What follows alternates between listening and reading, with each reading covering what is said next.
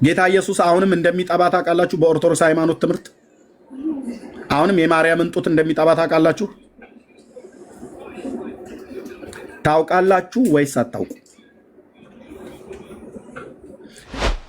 ዮሐንስ የግብፅ ሃይማኖት የሚከተሉ የኢትዮጵያን ሰዎች ሁሉ ማር አለው፣ ይህችም የጸናች ነች አለው። ጌታችንም የለመንከውን ሁሉ ላደርግልህ ምያለሁ አለው ይላል። ምሬልሃለሁ፣ በቃ ያደርከኝ ሁሉ ምዬልሃለሁ አለው። እና አንተ ጉደኛ ምን ልታመጣ ነው ደግሞ ብለህ ካልክ፣ እዚህ ደግሞ ሌላኛው ለምኖ አይ የጎጃምን ሰዎች አልምርልህም እነሱ ቡዳዎች ስለሆኑ ብሏል። ገድለ ገብረ መንፈስ ቅዱስ ላይ ጎጃሜ ቡዳ ነው ይላል። አንሱልን ብለን ጠይቀናል። እስከ መቼ ነው ቡዳ እየተባልን የምንኖረው ብለን ጠይቀናል። መልስ አጣን። እስከ ዛሬ ድረስ ያነሳልንም የለም ያንተንም ያለልን የለም። በቃ ባይ ዘ ዌይ በዚህ መጽሐፍት ውስጥ እስላም ይድናል ተብሎ የተጻፈበት መጽሐፍ ነው። የትኛውንም ኦርቶዶክሳውያን ስታገኟቸው ጠይቋቸው፣ እስላሞች ይድናሉ አይድኑም ብላችሁ ጠይቋቸው። እሺ ለእግዚአብሔር ክብር ይሁን። ስለዚህ ምንድነው ጌታ የጠባ ማነው? ጌታ ባደረበት ማህፀን ሌሎች ሰዎች ሌሎች ፍጡራን ሊያድሩ አይችሉም። ጌታ የጠባውን ጡት ሌሎች ሊጠቡት አይችሉም ብሎ በሚል በጣም ከትልቅ ጥንቃቄ ጋር በትልቅ ጥንቃቄ ነገሩን ለመያዝ ተፈልጎ ነው። ማርያም ልጆች አላት ወይ የላትም ብሎ የሚለው ነገርን ከመነጋገር በፊት ይቆጣሉ፣ ወዲያውኑ ማለት ነው ይቆጣሉ። ግን እኔ ዛሬ እሷ አርእስቴ አይደለም መውለድ ኃጢአት ነው ወይ አይደለም። መውለድ ኃጢአት አይደለም። መውለድ እንደውም በረከት ነው። መውለድ በረከት ነው። ስለዚህ የእሷን ሰውነት ሌላ አላደረበትም፣ የእሷን ጡት ሌላ አልጠባውም ይላሉ እንጂ ቅሉ ግን መጽሐፍቶቻቸውን ግን ስናነብ ወንድሞች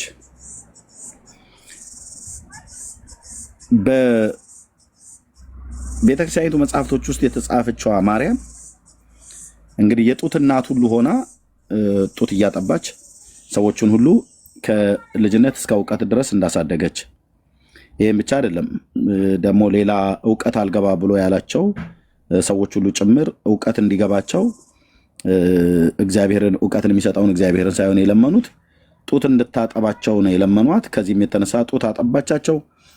ጡቷን ሲጠቡ እውቀት ሞላባቸው ይላል።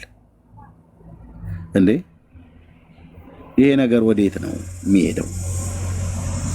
ሁሌ እንደምናገረው በትንቢተ ዳንኤል መጽሐፍ ምዕራፍ 2 ላይ በተለይ ቁጥር 20 ላይ እግዚአብሔር ጥበብን ለጠቢባን እውቀትንም ለአስተዋዮች ይሰጣል ይላል። ታዲያ ማንም ጥበብና እውቀትን ቢለምን እግዚአብሔር እንዲሰጥ መጽሐፍ ቅዱስ ይነግረናል። ከዚህም የተነሳ ሰዎች ወደ እግዚአብሔር እንዲጸልዩ እና ጌታ እንደሚሰጥ መጽሐፍ ቅዱሳችን ያበረታታል። ጥበብና እውቀትን ለሰው ልጆች የሚሰጥ እግዚአብሔር ነውና ወደ እግዚአብሔር እንዲጸልዩ አይምሯቸው የተባረከ እንዲሆን መጽሐፍ ቅዱስ ያስተምረናል።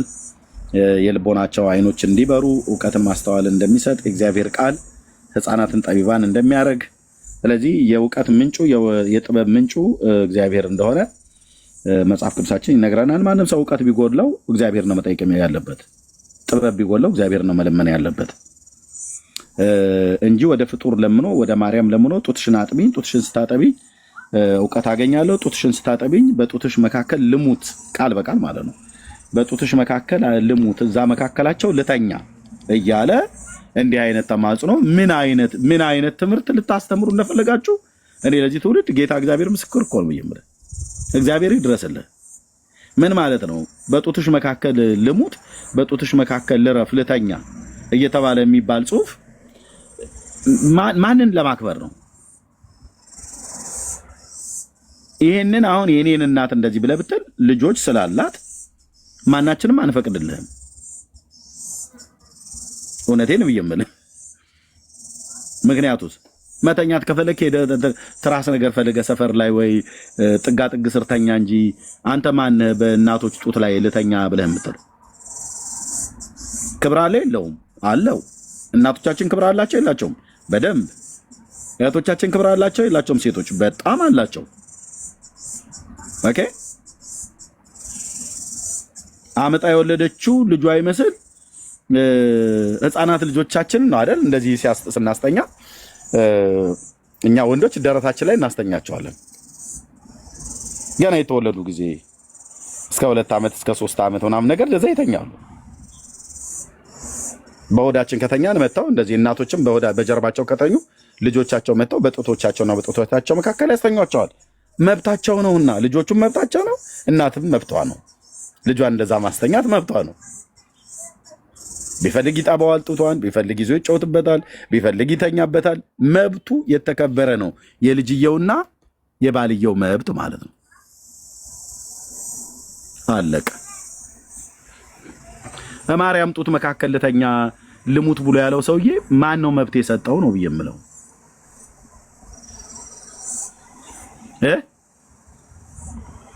እንዴ? ማንም ሰነፍ እንቅልፋም ሁሉ እየመጣ ልተኛበት እያለ ብሎ የሚለው እንዴት ነው? ይህንን ነገር ታምር ብላችሁ የያዛችሁት ኦርቶዶክሳውያን ተደብቃችሁ የምትሰሙ ከርስተዋላ ቢሃይንድ ባይ መሆናችሁ ጥግ ይዘህ እንደ ኒቆዲሞስ የምትሰማኝም ማለት ነው።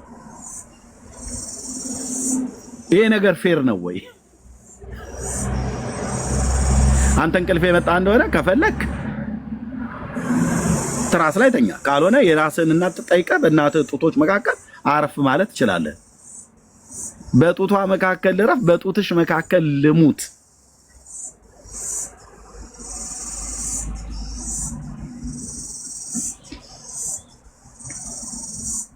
ማንም ያከብረው ይሄ መጽሐፉ ገድለ ዮሐንስ ይባላል። ገድለ እጨጌ ዮሐንስ ዘጸገሮ ማለት ነው።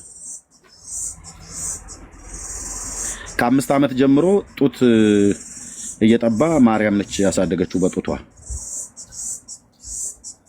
ዋት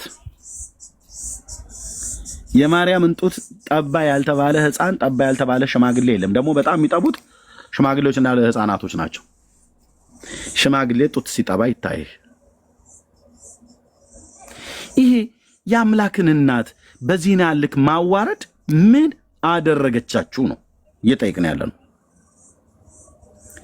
ከእናንተው ብሶ ትመጡና እናንተ የማርያም ጠላቶች ትሉናላችሁ፣ እኛን ማለት ነው። የጌታ እናት ምን አደረገች በዚህና ያለክ?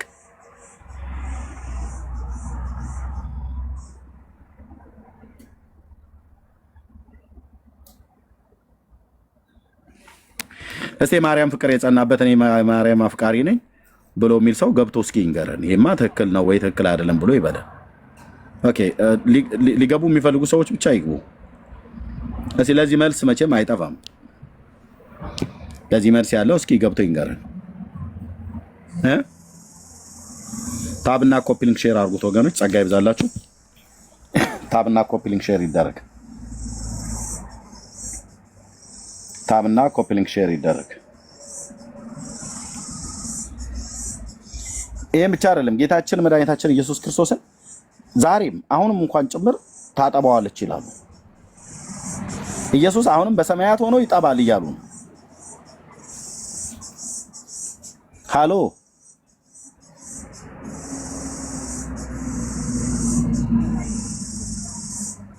አይ ገባ በሉና እንዴት እንደሚጠባ ተነግሩናላችሁ። ጠብቶ አላደገም ማለት ነው። ዛሬም የጌታ እናት የምታጠባው ኢየሱስ አለ። ትናንትና ነው የጀመርኩት፣ ይቀጥላል። በመደዳ ነው የሚቀጥለው። ስለዚህ ሊያወራን የሚችል ሰው ካለ ከመጣ እድል እንሰጠዋለን።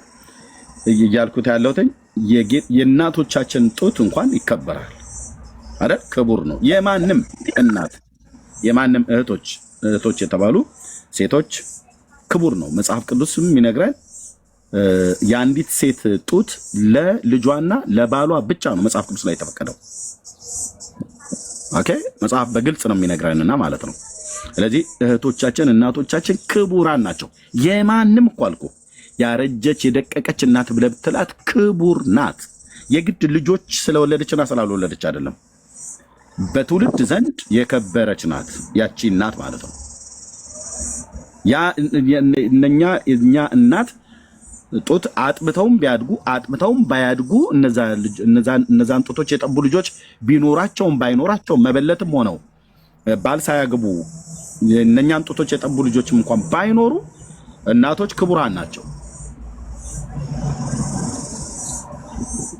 ኦኬ፣ እናቶቻችን እንደዚህ ክቡር ከሆኑ የጌታችን የመድኃኒታችን የኢየሱስ ክርስቶስ እናት ደግሞ ቅድስት ድንግል ማርያም ደግሞ ክቡር ናት ማለት ነው። እንደ ማንም መደዴ እየሄደ እንደ እገት ላም እየተጣበቀ የሚጠባው ጡት ነው እንደ የሷ ጡት? ኦርቶዶክሳውያን ወይካ ምንድነው አሁን ማስተላለፍ የፈለጋችሁት መልዕክት? ግልጽ ነው ብራዘርዬ። ያንተ እናት ጡትን ሌሎች ይጠቡታል? አይጠቡትም አይደል? አንተና ወንድሞች እህቶች ናቸው የጠቡት አይደል? የሀፊ እናት ግን ጡቷን በየመንገድ ላይ የቆመች ታጠባለች ተብሎ ቢባል ለአንተ ምን ይሰማሃል? በጣም ነውር ነው። በቃ ለአንተ እናት እንደዛ ነውር ከሆነ ለእኔ እናትም እንደዛ ነውር ነው። ልክ ነህ። የጌታ እናት ማርያም በየስፍራው በየጥጋጥጉ በየጉራጉሩ በየዋሻው በየገዳሙ እየተገለጠች ጡት እያጠባች ልጆችን ታሳድጋለች። የጡት እናት ናት ተብሎ ሲባል ምን ይሰማሃል? ይሄ ፒክቸር በነገራችን ላይ ነው። ስለ ፒክቸሩ አይደለም፣ ጽሁፍም አለ። የፒክቸሩ የጌታ ተብሎ የተባለው ነው ይሄኛው። ጌታን በስጋ ስለወለደች እናቱ ናት እንደዚህ አጥብታ አሳድጋለች ነው መጽሐፍ ቅዱስ በግልጽ እንደዚህ አጥብታ ብሎ ባይለንም፣ ግን እናት ስለሆነች እናትነቱን በደንብ ስለሚነግረን እኛም ስለምናምን ጌታችን ኢየሱስ ክርስቶስን ሰው ሆኖ ስለተወለደ በስጋ ብታጠባው ትክክል ነው፣ እውነት ነው። ማንም ይሄንን አይቃወም፣ እኛም አንቃወምም።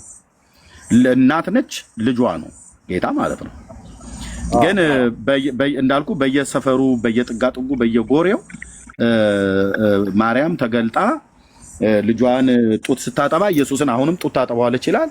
እሱም ብቻ አይደለም፣ በዛ በተገለጠችበት ቦታ ላይ ሁሉ ሽማግሌ ሰዎች ጡቷን ይጠባሉ።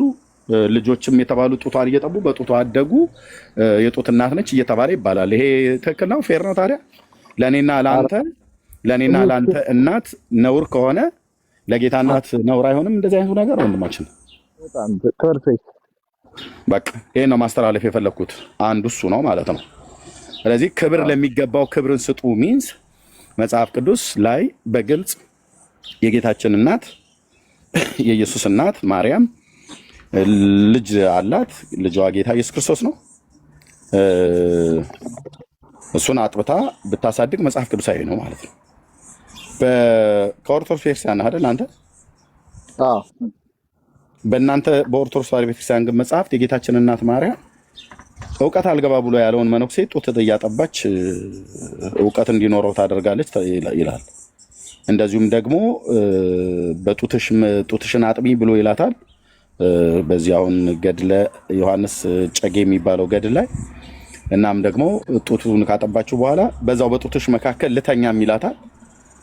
በጡትሽ መካከልም ልሙት ይላታል።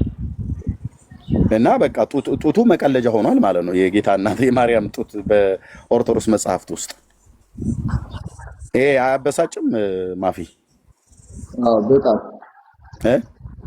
በጣም ልክ ነው፣ ያበሳጫል በጣም። ይህንን እናንተ መቼም ስለማታነቡት እኔ ያነበኩት ላሳውቃችሁ ብዬ ነው። እናነበዋለን ግን ርዕሱ ራሱ ዛሬ ከብዶናል የሚል ታች ያነበብኩ ነበርና ኮሜንት የዛሬው ትንሽ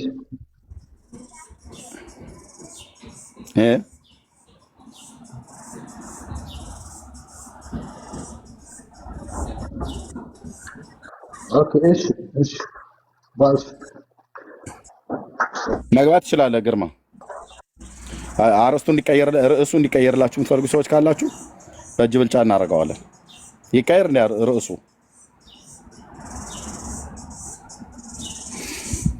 እሺ ሌላ አለ? ግርማ መግባት ትችላለህ። ልኬልሃለሁ።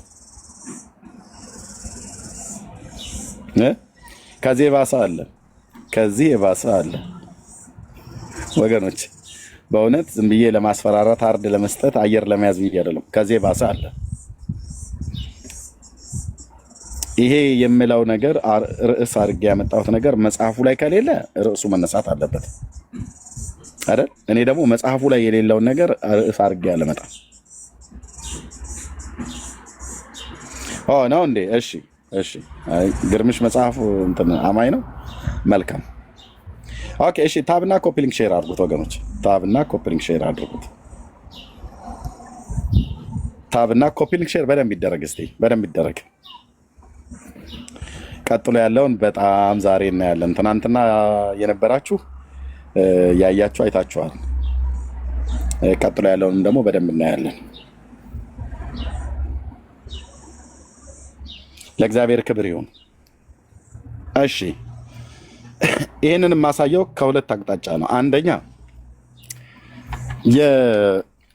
በየቤታችንም በምንኖርበት ማለት ነው፣ በስራም ቦታም በሀዘንም ይሁን በደስታ የትኛውም ቦታ ላይ ከኦርቶዶክሳውያን ወገኖቻችን ጋር ስንገናኝ ሁሉ ቀን እኛን በተመለከተ ሲያስቡ እናንተ የማርያም ጠላቶች ናችሁ ብለው ይሉናል። እኛ ደግሞ መልሳችን ምንድነው? እኛ የማርያም ጠላት አይደለም፣ ለምን እንጠላታለን ብለው የሚል መልስ ነው ያለን። ይህንን እነሱ ሊረዱ አልቻሉም። ግን የማርያም ጠላትና ወዳጅ የሆነው ማን መሆኑ እስቲ እነሱ ወዳጆች ነን ብለዋል አይደል? መጽሐፍቶቻቸው ወዳጅነታቸውን ነው የሚገልጡት ወይስ ጠላቻቸውን ነው የሚገልጡት ብለው የሚለውን መልስ ይሆናል ማለት ነው። አንዱ መልስ ይሆናል። ሁለት ከምንም በላይ መጽሐፍቶቻቸውን እንደነኛ አይነት መጽሐፍቶችን በማንበብ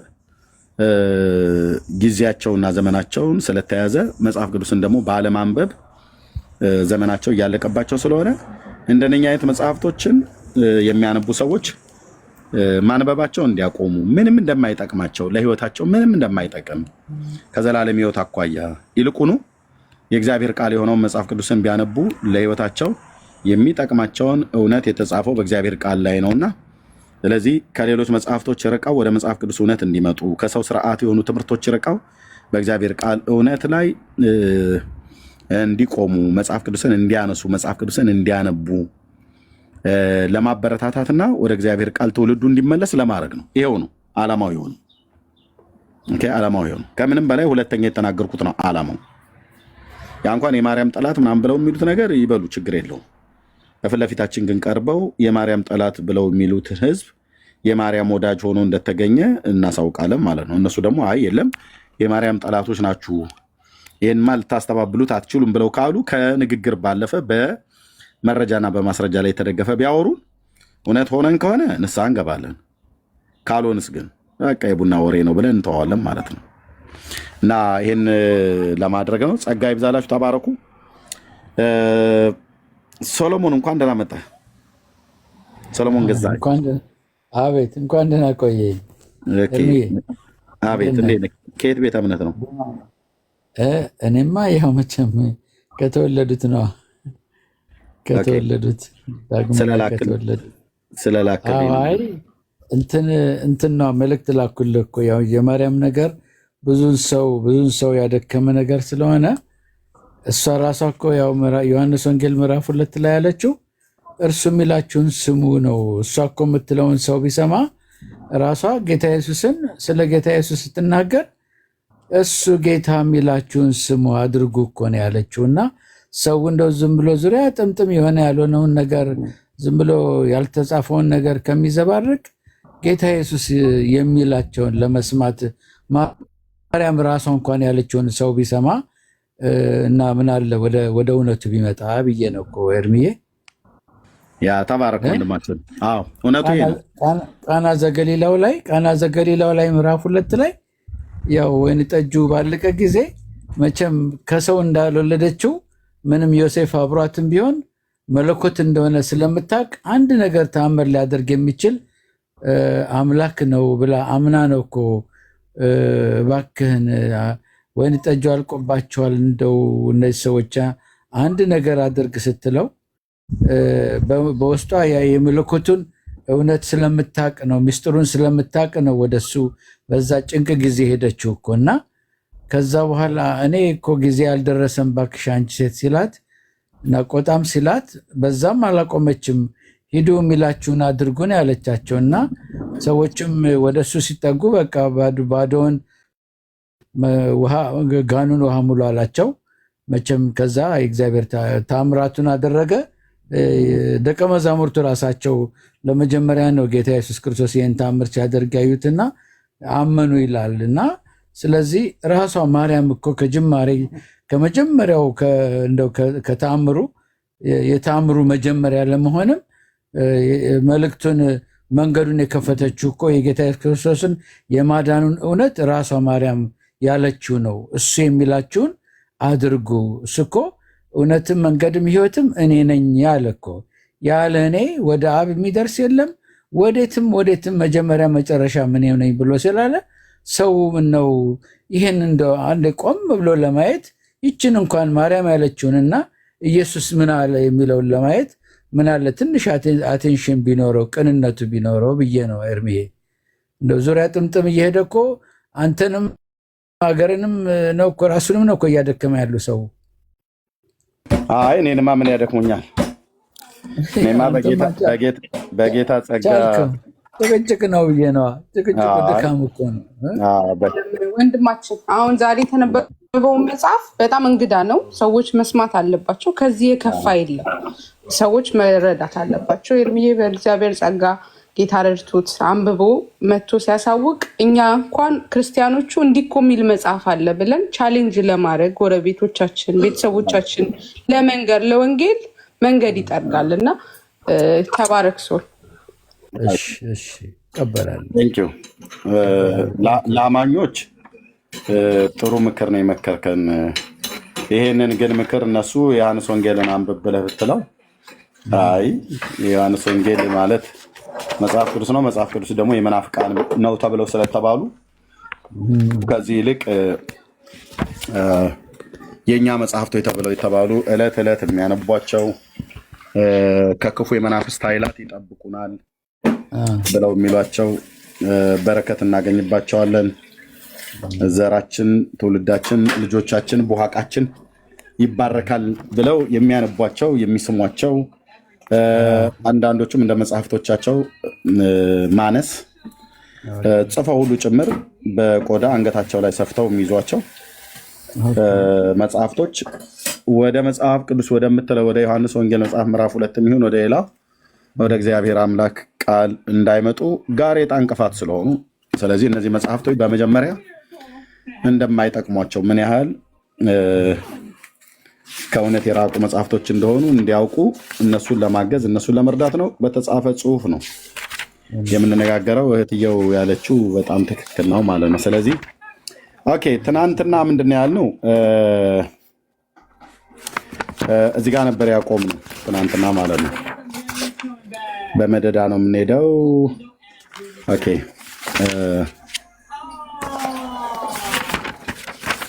ምን ይላል በዚህ ክፍል ላይ? ትናንት የነበረው ላይ ማለት ነው ስለ ሙሴ ቄሱን የጠየኳቸው እዚህ ጋር ነበር። አንድ ቆይ መብራት ላብራ።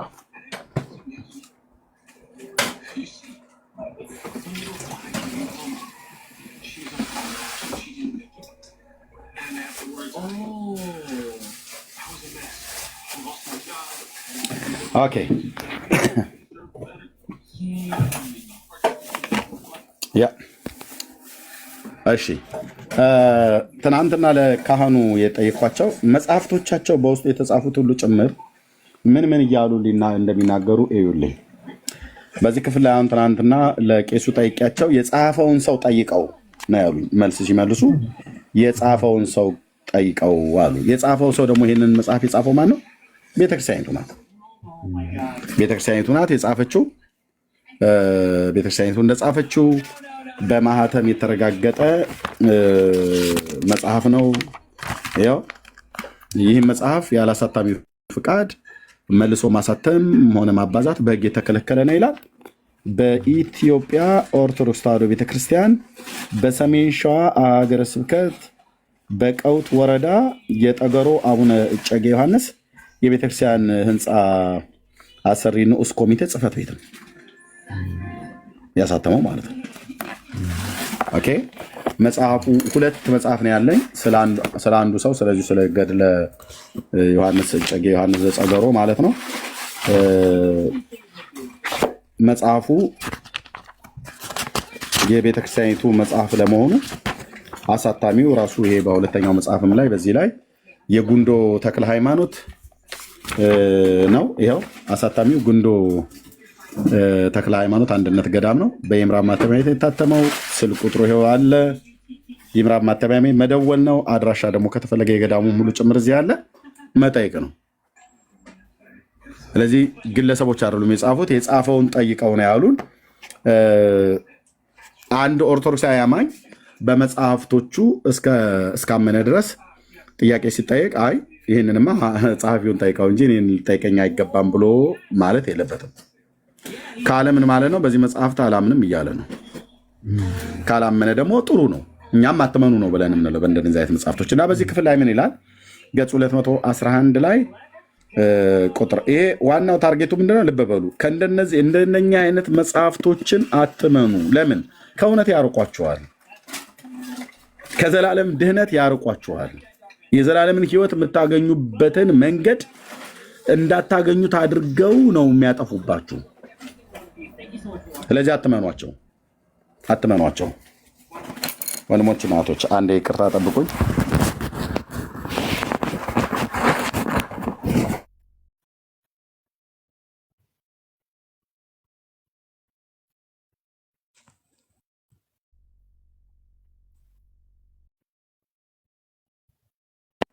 እሺ ሶሪ፣ ካሜራ እየጠረኩ ነበረ። ኦኬ፣ አትመኗቸው እና በዚህ ክፍል ላይ ምን ይላል? ሙሴም ይላል እግዚአብሔር እንዳዘዘው የቸርነቱን ምልክት አየ፣ ሰማ። ድንጋይንም ይይዝ ዘንድ ወደዚያች ወንዝ ሄደ።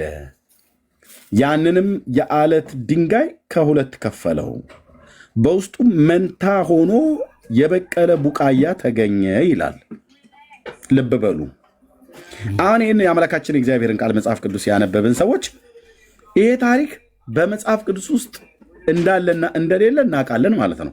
መጽሐፍ ቅዱስን ግን ያላነበበ ትውልድ ግን ይሄ ነገር እውነት መስሎት ነው የሚታየው።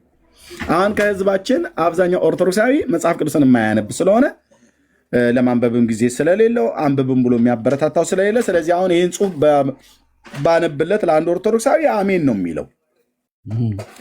እሙቴ አሁን አሜን ትያለሽ ወይ? ሶልን አሜን ትላለህ ወይ ብዬ ከታች ያለው ሰለሞንም ከላይ ያለው ወንድሜ ሰለሞንም አሜን ትላላችሁ ወይ ብዬ ብላቸው አይሉ ለዚህ ቃል ለምን ደሞ አይሉት?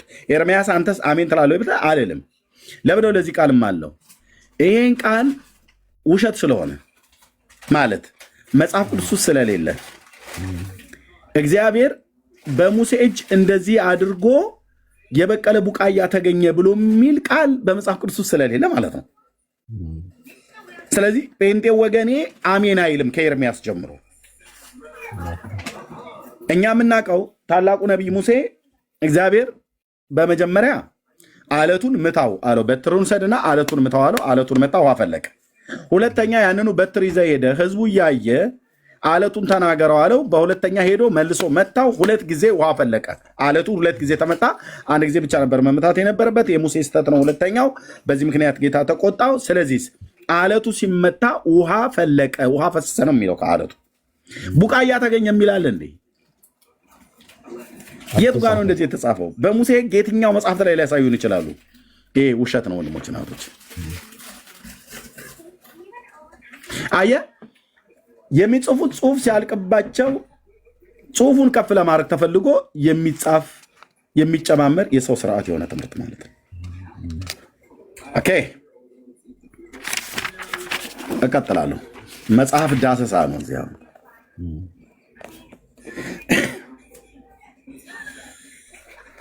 ለምሳሌ አሁንም ከዚህም በኋላ ፈርዖን ተቆጣ ይላል። ሙሴ ከፈርዖን ጋር ሲነጋገር ከኔ ኃይል ማን ይበልጣል? ከኔ ይልቅ አንተ ጌታዬ ነው የምትለው ማን ነው? አምንበት ዘንድስ እሰግድለት ዘንድስ እስኪ ጌታህን አሳየኝ አለው። ፈርዖን ሙሴን። ኦኬ፣ ከዛስ ሙሴም ያለውን ይዩት። ሙሴ ኦርቶዶክስ እንዴት እንደምትዋሽ ማለት ነው። ሙሴም ጥሩ ነገርን ነገርከኝ፣ በእግዚአብሔር የባህሪ ልጅ ታምናለህን? ከምድር ውስጥ ብትደበቅ ዛሬ በጣም ታየዋለህ አለው። ሙሴ ለፈርዖን እንደዚህ አለው። የቱ ጋር? እንግዲህ ሙሴና ፈርዖን የተነጋገሩት በዘጸአት መጽሐፍት ላይ ነው። ዘጸአት ደግሞ 40 ምዕራፍ አለው። 40ውን ምዕራፍ ቁርጥም አድርጌ ነው የበላሁትኝ። አታምታታም ስል ብራዘር እዚህ መጠቅ። ስለዚህ ሙሴ ለፈርዖን እዚህ ጋር የቱ ጋር ነው? የትኛው ምዕራፍ ላይ እንደዚህ ብሎ አለው?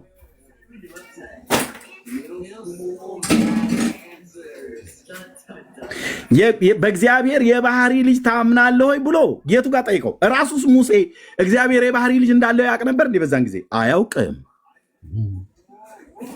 ይህንን እየተነጋገረ በነበረበት ሰዓት ላይ ተገልጦለታል። በኋላ ነው ስለ ክርስቶስ መከራ ብሎ የዕብራውያን መልእክት ጻፊ ጻፈው ማለት ነው።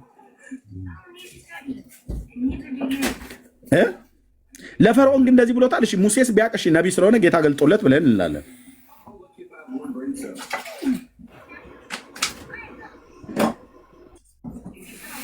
የቱ ጋር ነው በእግዚአብሔር የባህሪ ልጅ ታምናለህ ብሎ ሙሴ ለፈርዖን ጠይቀው ብሎ ያላችሁት? ውሸት ሁለት በል ፈርዖን ጋር ማለት ነው። አንደኛ አለቱን ሲመታው ቡቃያ ወጣ ይልሃል። መጽሐፍ ቅዱስ ውሃ ፈለቀ ነው የሚልህ። ከዚህ ቡቃያ እዚህ በእግዚአብሔር ልጅ ታምናለህ አላለው። ኦኬ እንቀጥላለን። መጽሐፍቶቻችሁ እስካላለቁ ድረስ እኛም እያነበብን መተን እናጋልጣለን ማለት ነው።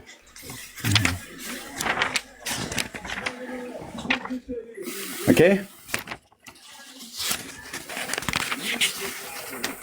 እንዲህና እንደዚህ የተጻፈበት ነው። ትናንት በጣም ሄደናል እስከ ገጽ 135 ድረስ ማለት ነው። አባታቸው ይሄ ዮሐንስ የሚባለው ማለት ነው እጨጌ ዮሐንስ ዘጸገሮ አባታቸው ዮሐንስም የማይታጎል የምሕረት ባህር ሆይ መታሰቢያን ያደረገ ስሜንም የጠራ ቤተክርስቲያንም ቢሆን አረማዊም ቢሆን ማርልኝ አለው። አረማዊ ማለት የማያምን ማለት ነው። አረማዊም ቢሆን ማርልኝ አለው። ጌታ ወደ ጌታ ነው የሚጸልየው ዮሐንስ የተባለው። ጌታም አባታችሁን ማለት ነው። እኔ አባታችን ብዬ ስለማላነበው አባቴ ስለ አይደለም አባታችሁ ዮሐንስን ሐሰትን ተናገርህ፣ አንተን ስወድ የአንተን ፍቅር እንቃለሁን? እነሆ መታሰቢያን ያደረገውን ስምህን የጠራውን ከእናቱና ከአባቱ ጀምሬ እስከ 10 ትውልድ ድረስ እምርልሃለሁ። ዳግመኛ መልእክቴንና ትእዛዜን አድርሰሃልና ትእዛዜን ያልሰሩ ያልፈጸሙ 14,000 ኃጣንን እምርልሃለሁ። ምኔንና ምኔን ያልፈጸሙ? ልብ በሉ። ትእዛዜን ያልሰሩትንና ያልፈጸሙ ትእዛዜን ያልፈጸሙ 14,000 ኃጣንን እምርልሃለሁ። ጌታችንም ይህን ተናግሮ ከሱ ተሰወረ ይላል። በዚህ ክፍል መሰረት ምንድነው እያለ ያለው? ዮሐንስ ዘጸገሮ የሚባለው ይሄ ሌላኛው ጸጉረ ልውጥ ማለት ነው። በዚህ መጽሐፍት ምንድነው እየተባለ ያለው? በጌታ በኢየሱስ ክርስቶስ በማመን የሚገኘው ንስሐና የኃጢአት ይቅርታን ሰው ሳይሰማ ሰምቶም በዮሐንስ በአባ ጸገሮ ዮሐንስ እጨጌ ዘጸገሮ በሱ የሚያምን ስሙን የሚጠራ የአባ ዮሐንስ ዘጸገሮ ማለት ነው። ስሙን የሚጠራ መታሰቢያውን የሚያደርግ ዝክር ማለት ነው። የምታበላ የምታጠጣ የምትደግስ ከሆነ ቀይ፣ ነጭ፣ አልጫ፣ ቀይ ወጥ አተርክክህን ማለት ነው ከክተህ ፈጭተህ ዳቦ የተፈተገ ባልተፈተገ ስንዴ ብለህ ጋግረህ አብልተህ ተበላልተህ ስሙን ጠርተህ መታሰቢያውን አድርገህ ከአባትህና ከእናትህ ጀምሬ 10 ትውልድ ድረስ እምርልሃለሁ። እናትና አባትህ እኮ አይኖሩ፣ ግን አንተ ደግስ እንጂ የቄሶቹን ሆድ ሙላ እንጂ ችግር የለውም። ይህን ማንም ያታልሉት ብራዘር። አንተ ዮሐንስን አባ ጸገሮ ዮሐንስ የተባለው የሱ መታሰቢያ ስላደረግ ከእናትና ከአባት ጀምሮ 10 ትውልድ ማለት ነው። ወደኋላ ቁጠር። አሁን እሙቲ ቁጠር፣ ወደኋላ የዘር ሐረግሽን ትውልድ ማለት ነው። ስትቆጥሩት ስንት ትውልድ እስከ ስንት ትውልድ ድረስ ይቆጥራል? እስከ ስንት ትውልድ ድረስ ይቆጥራል?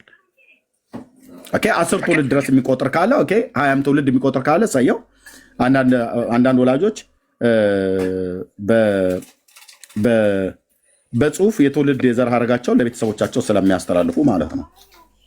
አንዳንዱ እስከ 10 ትውልድ ድረስ። ሰላም ኤርሚያስ፣ ወንጌል ለምንድን ነው የማሰብከን? ወንጌል ስበከን እና እንስማ እስቲ። እሺ እታችሁ ነው ወንድማችን። ቴንክ ዩ።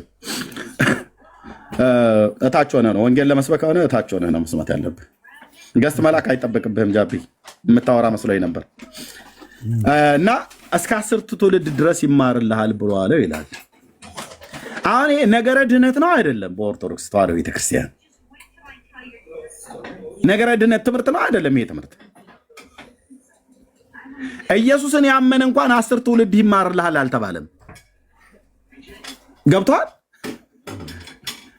ኢየሱስን ስላመንክ 10 ትውልድ ይማርልሃል፣ 20 ትውልድ ይማርልሃል ተብሎ አልተባለም። ትውልድ ያለፈው ትውልድማ በቃ የኔ አሁን አያቴ ቅድመ አያቴ ጌታን አያውቁም እና ሲሆንና መጨረሻቸው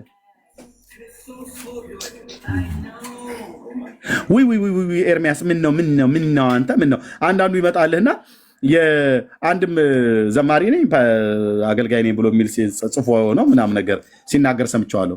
እኔ አለ የኛው እኮ ደግሞ የሚታወቅ ሰው እኮ ነው። እኔ እናቴ በቅርብ ነው የሞተችው፣ ጌታን አታውቅም። ግን ሰው ከሞተ በኋላ ጌታ ከሌለው መንግስተ ሰማያት ይገባል ብሎ የሚለው ነገር እኔ በጣም እኔ ብዙ እንትን ይሆንብኛል አለ። ምን ታደበሰብሰዋል አንተ? አታድበስብስ እኮ ነው ብዬ የምልህ። የአንተ እናት ጌታን አልተቀበለችም ፓስተርዬ፣ እናትህ ሲኦል ናት። 4 ነጥብ።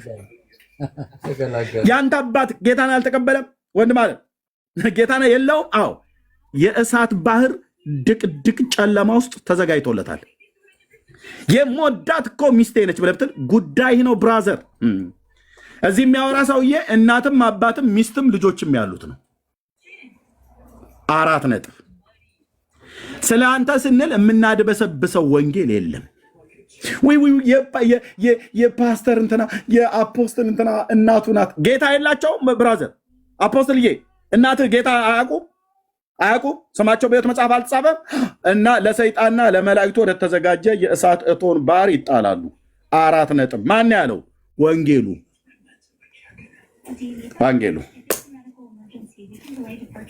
እና ሊጥመለመልልህ ጀመረ ማለት ነው። በጽሁፍ ነው በሆነ በቪዲዮ ነገር አይቸው እና እኔ እናቴ እንደ ለቅሶን ካልጨረስክ ጨርስ። ሐዘን ካለ ሐዘኑን ጌታ መድኃኔዓለም መጽናናት እንዲሰጥህ እንጸልይልሃለን። ከዛስ ውጪ ያንተ እናት ጌታ ስለሌላቸው የፓስተር እናት ናት። ልጄ እኮ ፓስተር ነው፣ ቤተ ክርስቲያን ሲመግብ ነበረ። ቅዱስ ሚካኤል በእውነት እችን እናቱን ወደዚህ አምጣት። 4 አምንም እኮ ጌታ በአንተ እኮ አታምነ። ግድ የለም ስለ ልጇ ሲል አስገባላለሁ ብሎ የሚል የሂሳብ ስሌት የለውም እግዚአብሔር አብ። ልጁ አለህ፣ የእግዚአብሔር ልጅ አለህ፣ ህይወት አለህ። የእግዚአብሔር ልጅ የለህም፣ ህይወት የለህም። ጸሐፊው ማን ነው? አይሁዳዊው ሐዋርያ ዮሐንስ።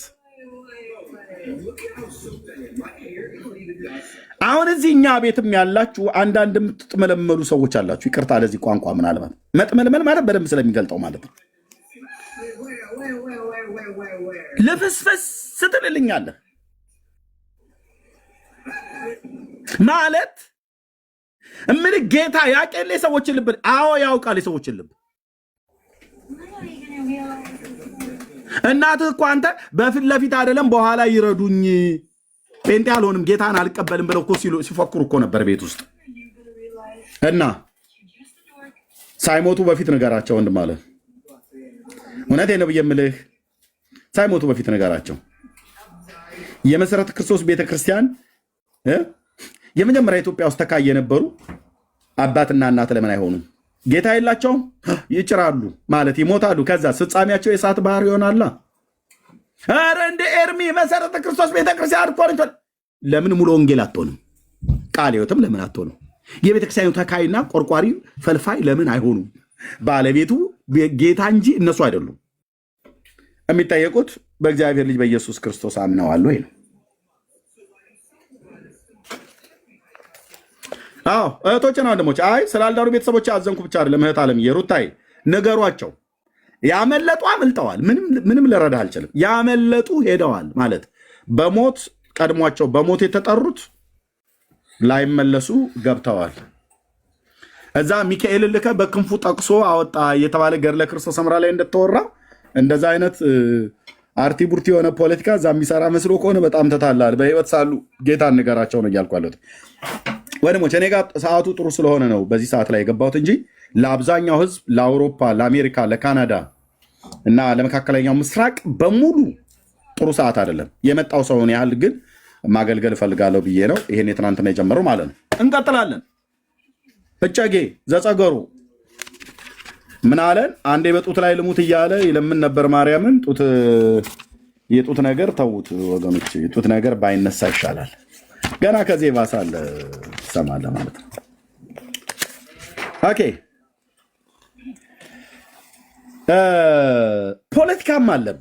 ፖለቲካም አለበት። በገጽ 145 ላይ ምዕራፍ 4 ክፍል 21 የሐሙስ ምንባብ ላይ ወደ ኢትዮጵያ ምድር እንደወጣ ይላል። ከየት ነው መጣ ብሎ የሚለው አንዴ ከፍልስጤም ነው ይላል፣ አንዴ ከኢየሩሳሌም ነው ይላል። ፍልስጤምና ኢየሩሳሌም አለይም።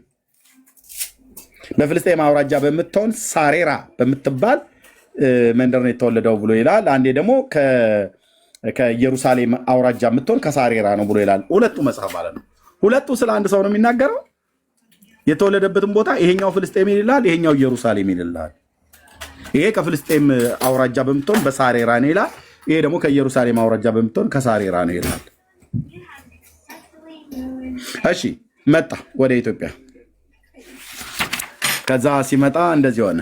ከዚህም በኋላ የከበረ አባታችን አባ ዮሐንስም በእግዚአብሔር ፍቃድ ወደ ኢትዮጵያ ምድር መጣ። ወንጌልን እያስተማረ ለኢትዮጵያ ሰዎች ሐዲስ ሐዋርያ ሆነ። እግዚአብሔርም ደስ እያሰኘ ትግሬ የሚባል ሀገር ደረሰ። ያዝልኝ እንግዲህ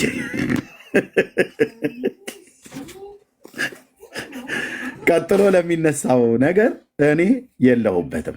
የተጻፈን ብቻ ነው የማነበው። የተጻፈን ብቻ ነው የማነበው። አንዳንድ ቦታ ላይ ራሴው ካልዘለልኩት በስተቀር አንብቤዋለሁ እንዳለ ነው ቆርጥሜ ያነበብኩት። ደረሰ ዲግ ከዚያም ከመተሎሚ ዘንድ አባ ዮሐንስ አባ ተክለ ሃይማኖትን አገኘው። አባ ተክለ ሃይማኖት የተባለው ማን ነው? እግሩ ተቆረጠ የተባለው ጻድቁ ተብሎ የተባለው ማለት ነው። እግሩ የተቆረጠበትስ ምክንያት ይሄ መጽሐፍ ዘርግፎ ይናገረዋል። የተክልዬ እግር ተቆረጠ ብሎ ያሉን ለኢትዮጵያ 7 ዓመት ሲጸልይ ነው አይደል? እስከ ዛሬ ድረስ አየሩን የያዙት። እዚህ ግን እግሩን የቆረጠው ግለሰብ አለ። ምንድን ነው እያወራህ ያለው ኤርሚያስ? አይ እግሩን የቆረጠ ሰውዬ የራሱ እግር ተቆርጦ በአሰቃቂ ሞት ገለውታል። ክብር ይግባውና አልልህም።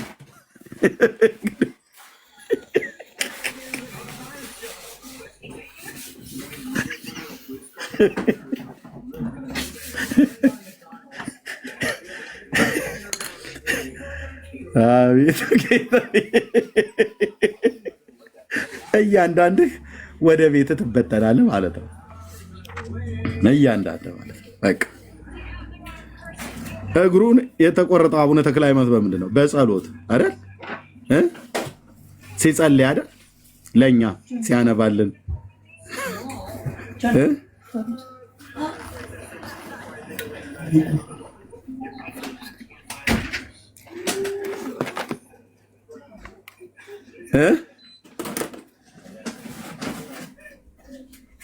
ይደገማል። ይሄ አርዕስት፣ ይሄ ጉዳይ ይደገማል።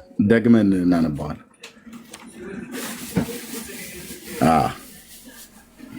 ኦኬ። ሁለተኛውም የመተሎሚ ምንደኛ ጠፈረ ውድምን አገኘው። መተሎሚም አባ ተክለ ሃይማኖትን ጠራው።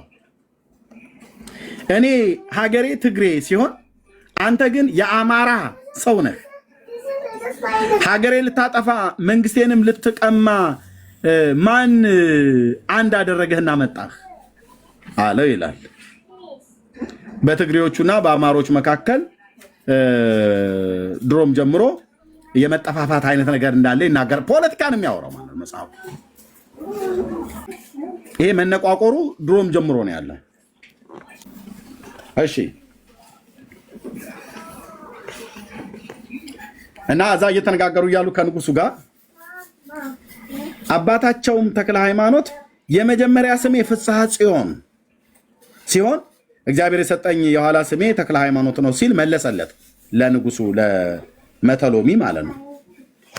ኦኬ አንዳንዱ እንዳልኳችሁ ዘለዋለሁ ለሀገራችን ደህንነት ሲባል ማለት ነው። ቁጥር 16 መተሎሚም አንተ አስማተኛ ስትሆን በስራይ መዳንን ታውቃለህ። የአማራ ሰዎች በስራ ይህንን የሰደዱህ ክፉ መነኩሴ ሀገሬ ልታጠፋ መንግስቴ ልታጠፋ ከዚህ መጣህ አለው ይላል። መተሎሚ የሚባለው የትግራይ ክፍል አገረ ገዢ የነበረው ማለት ነው። መተተኛና ስሬ ብሎ የሚለው ማን ነው? አባ ዮሐንስ ዘጸገሮን። ከየት ነው የመጣህ ብሎ ይላል። ከአምሃራ ሰዎች። ይሄ ፖለቲካ ነው? ፖለቲካ አይደለም ወንድሞች እናቶቼ። ይሄ ጽሁፍ ነውር ነው? ነውር አይደለም። ሲጀምር በገድላትና በድርሳናቱ በሙሉ እንደዚህ ነው የተጻፈው።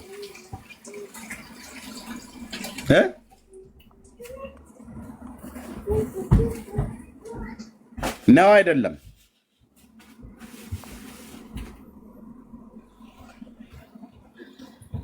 የአማራን ህዝብ አስማተኛ፣ መተተኛ እንደዚህ እየተባለ ማለት ነው በመጽሐፍቶቻቸው ውስጥ የተጻፈው። ይሄ በጣም ነውር የሆነ መጽሐፍ ነው። ነውር የሆነ ጽሁፍ ነው። ድብን ያለ ፖለቲካ ማለት ነው። ስለ ትግራይ ህዝብ ታምረ ማርያም ላይ ምን ተብሎ እንደተጻፈ አሳይቼዋለሁ። ታምረ ማርያም ላይ ስደርስ ደግሞ ማለት ነው እንዴ ቢያንስ ጻፍን እንኳ ያሉ ሰዎች ትውልዱን ሊያከብሩ ይገባል። አንዳንዱ ይቅር ወንድሞቼ፣ አንዳንዱ ልቶ በእውነት ልቶ፣ አንዳንዱ ይተው አረ ይተው፣ ግድ የለም ልበሰፊ ነውና ይተው እንጂ ጠላቴስ ብለህ የአማራ ሰዎች ብለህ እንደዚህ አጽፈህ ልተው።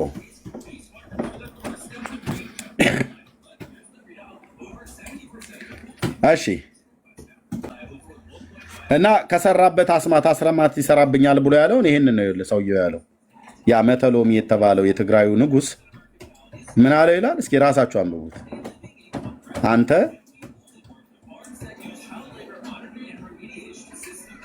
የትግርኛ ቋንቋ ነው ይሄ ቋንቋ።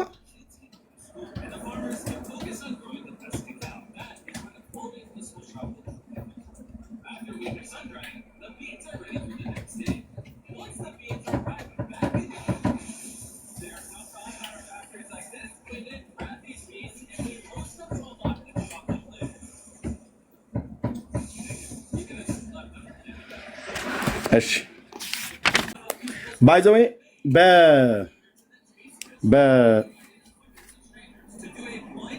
በዚህ መጽሐፍት ውስጥ እስላም ይድናል ተብሎ የተጻፈበት መጽሐፍ ነው። የትኛውንም ኦርቶዶክሳውያን ስታገኟቸው ጠይቋቸው። እስላሞች ይድናሉ አይድኑም ብላችሁ ጠይቋቸው። በምን በወንጌል እምነት አምነው ይድናሉ፣ እኛም እናምናለን እንደዛ። ግን በወንጌል ሳያምኑ ይድናሉ ወይ እስላሞች ብላችሁ ጠይቋቸው።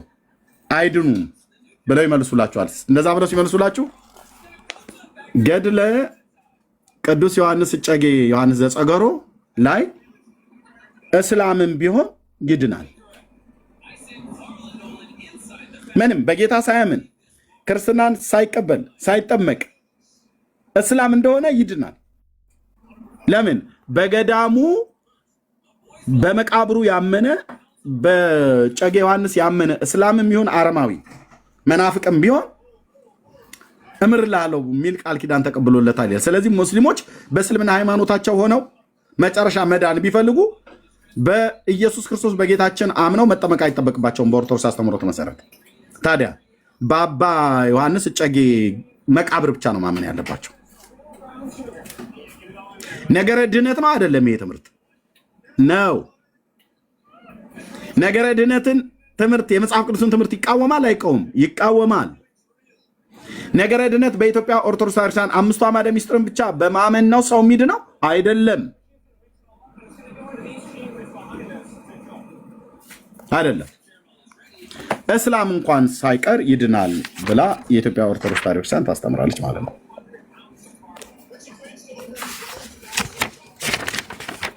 አለ ይህን መጽሐፍ ሊያስተባብል የሚችል አለ ወይ? ከኦርቶዶክስ ወገቡን የታጠቀ ለቤተ ክርስቲያኔ መልስላታለሁ፣ ነገሩ አንተ እንደምትለው አይደለም ብሎ የሚል ሰው ካለ ይምጣ። መጽሐፉ ስላለ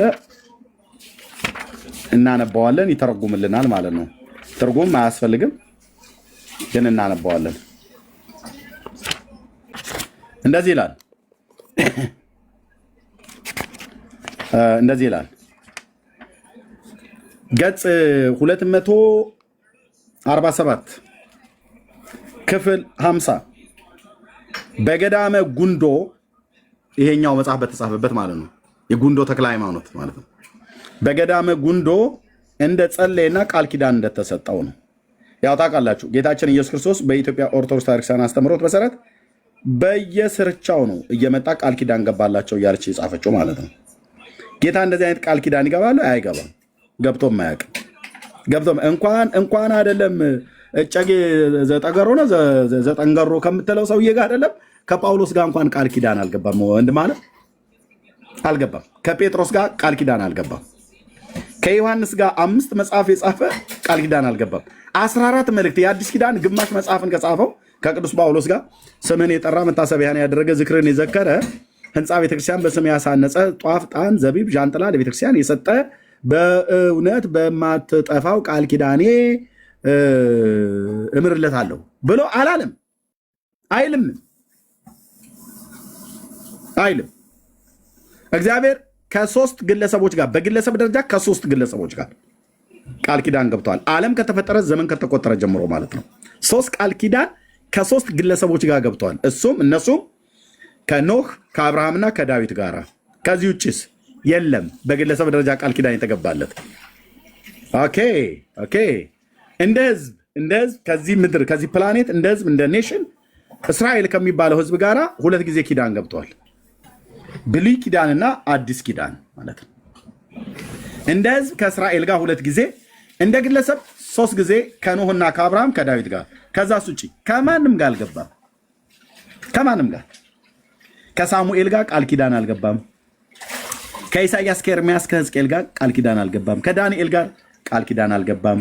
ከሶፎንያስ ከሐጌ ከአሞጽ ከሆሴ ጋር ቃል ኪዳን አልገባም። ከአብድዩ ከዮናስ ከእምባቆም ከሶፎንያስ ከዘካርያስ ጋር ቃል ኪዳን አልገባም። ከጳውሎስ ከጴጥሮስ ከእንድርያስ ከበርቶሎሜዎስ ከማቴዎስ ጋር ቃል ኪዳን አልገባም። እህት ዓለምዬ ገባላት። ቃል ኪዳን ገባላቸው። ቃል ኪዳን ገባላት። ቃል ኪዳን ገብቶላት ቃል ኪዳን ገብቶላቸው ይላል። የቱ ጋር የለም። እግዚአብሔር የገባው ቃል ኪዳን ለአንዴና ለመጨረሻ ጊዜ በልጁ በክርስቶስ ኢየሱስ የሚያምነው የኃጢአቱን ይቅርታ እንዲያገኝ ቀራንዮ ኮረብታ ላይ ልጁን ልኮ ይህንን አድርጓል። ለዘላለም ቅዱስ ስሙ የተባረከ ይሁን። እሺ፣ ስለዚህ እዚህ ቃል ኪዳን እንደሰጠው ይላል። ቃል ኪዳኑን እናንብበው። ምን አለው?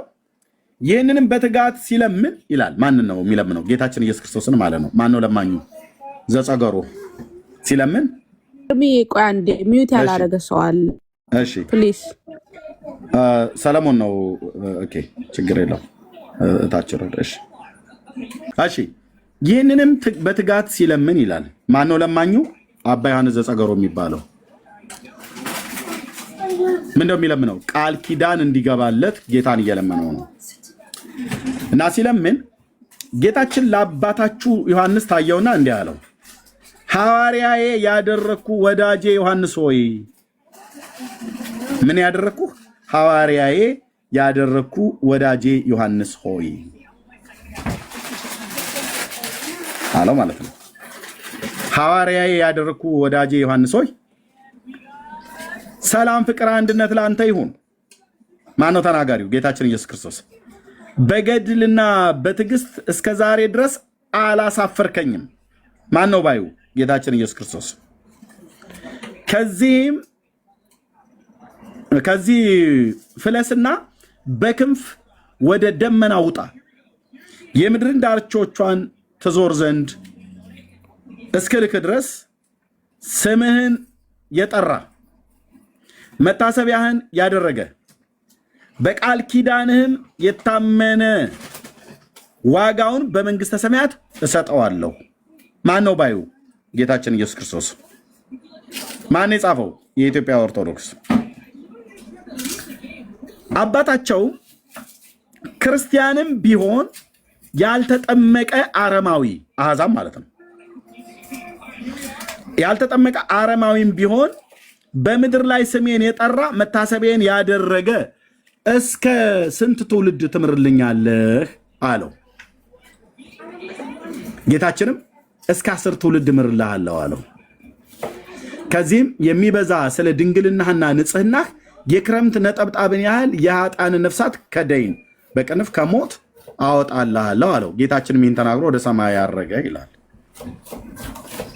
ስለዚህ አሁን እስከ 10 ትውልድ እንዲማር ከተፈለገ በኢትዮጵያ ኦርቶዶክስ ታሪክሲያን ኢየሱስን አይደለም ማመን ያለብህ። እስከ 10 ትውልድ እንዲማር መጠመቅም አይደለም የሚያስፈልግህ።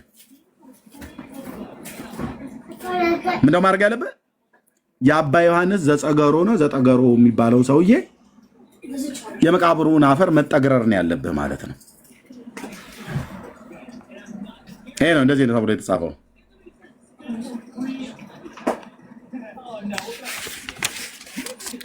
ኦኬ፣ ይሄን ብቻ አይደለም።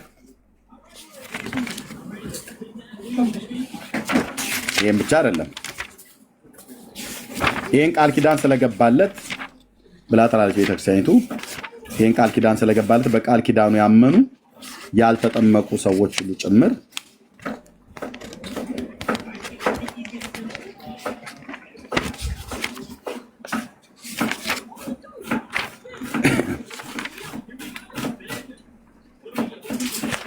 እዚህ ጌታችንም ቃል ኪዳን እንደሰጠው ይላል ደግሞ ማለት ነው። በገጽ 257 ላይ ምን ይላል? ጌታችንም አባ ዮሐንስን እንዲህ አለው፣ ወዳጄ ዮሐንስ ሆይ አንተ ከዚህ ዓለም በእውነት ያገለገልከኝ አገልጋይ ታማኝ ነህና ፍቅር፣ አንድነት ለአንተ ይሁን። እኔና ወተትን ማርንም የምታፈስ ከበረድ የምትነጣ ሀገር አወርሳለሁ። አባታቸውም እንዲህ አለው፣ ይህችን ደብርህን የምትሆን የጉንዶን ደብር ባርካት የተቀደሰ ትሆን ዘንድ። ጌታችንም አባ ዮሐንስን እንዲህ አለው፣ ስምህን የጠራ መታሰቢያን ያደረገውን እምርልሃለሁ፣ በመንግስተ ሰማያትም 100 እጥፍ አስቡን እስኪሰጥ ድረስ የክርስቲያን ማደሪያ የምትሆን ገነትን አወርሰዋለሁ። አባታቸውም እስከ ስንት ትውልድ ድረስ ትምርልኛለህ አለው። ጌታችንም እስከ 10 ትውልድ እምርልሃለሁ፣ ከአንደበቴ የወጣው ቃሌ እንዳይታበይ በራሴ ምያለሁ። አባታቸውም ዮሐንስ የግብፅን ሃይማኖት የሚከተሉ የኢትዮጵያ ሰዎች ሁሉ ማርልኝ፣ ሰዎችን ሁሉ ማር አለው። ይህችም የጸናች ናት። አየህ፣ የማንን ሃይማኖት የሚከተሉት ኢትዮጵያውያን? ጌታችንም እስከ 10 ትውልድ እምርልሃለሁ አለው። ከአንደበቴ የወጣ ቃሌም እንዳይታበይ በራሴ ምያለሁ አለው። ከዛ አባታቸው፣ እኔ አባታችን ብዬ ስለማልጠራው ማለት ነው፣ አባታቸው ዮሐንስም የግብፅ ሃይማኖትን የሚከተሉ የኢትዮጵያ ሰዎች ሁሉ ማር አለው። ይህችም የጸናች አለው። ኢትዮጵያውያን የግብፅ ሃይማኖት ነው ማለት ነው የሚከተሉት። ስለዚህ ኢትዮጵያ ኦርቶዶክስ ሀገር በቀለች ብለህ የምትለው ፈረሰ ማለት ነው። የእናንተ ከውጭ ነው የመጣው፣ የእኛ ግን ሀገር በቀል ነው ስትል የነበርከው የግብፅን ሃይማኖት ነው የምትከተሉ። ይሰማል? እዛ ማዶ ያላችሁ ሰዎች የግብፅ ሃይማኖት ተናግረን እኮ ነበረኛ። ስለዚህ ኢትዮጵያውያን የማን ሃይማኖት ነው የሚከተሉት? የግብፅን ሃይማኖት ነው የሚከተሉት። ጌታችንን የለመንከኝን ሁሉ ላደርግ ምያለሁ አለው ይላል። እዚህ ጋር አንድ ታሪክ ያስታውሰኛል። በዚህ መጽሐፍ ላይ የኢትዮጵያን ሰዎች ሁሉ ማርልኝ ብሎ ሲለው አቦ ከግብፅ ሀገር ነው የመጣው። ባይዘው እንዴት ታሪኩ እንዴት ይገናኛል? አንተዬ እግዚኦ እግዚኦ እግዚኦ እግዚኦ። ኦኬ፣ ይሄም ከግብፅ ሀገር ነው የመጣው፣ ግብጣዊ ነው።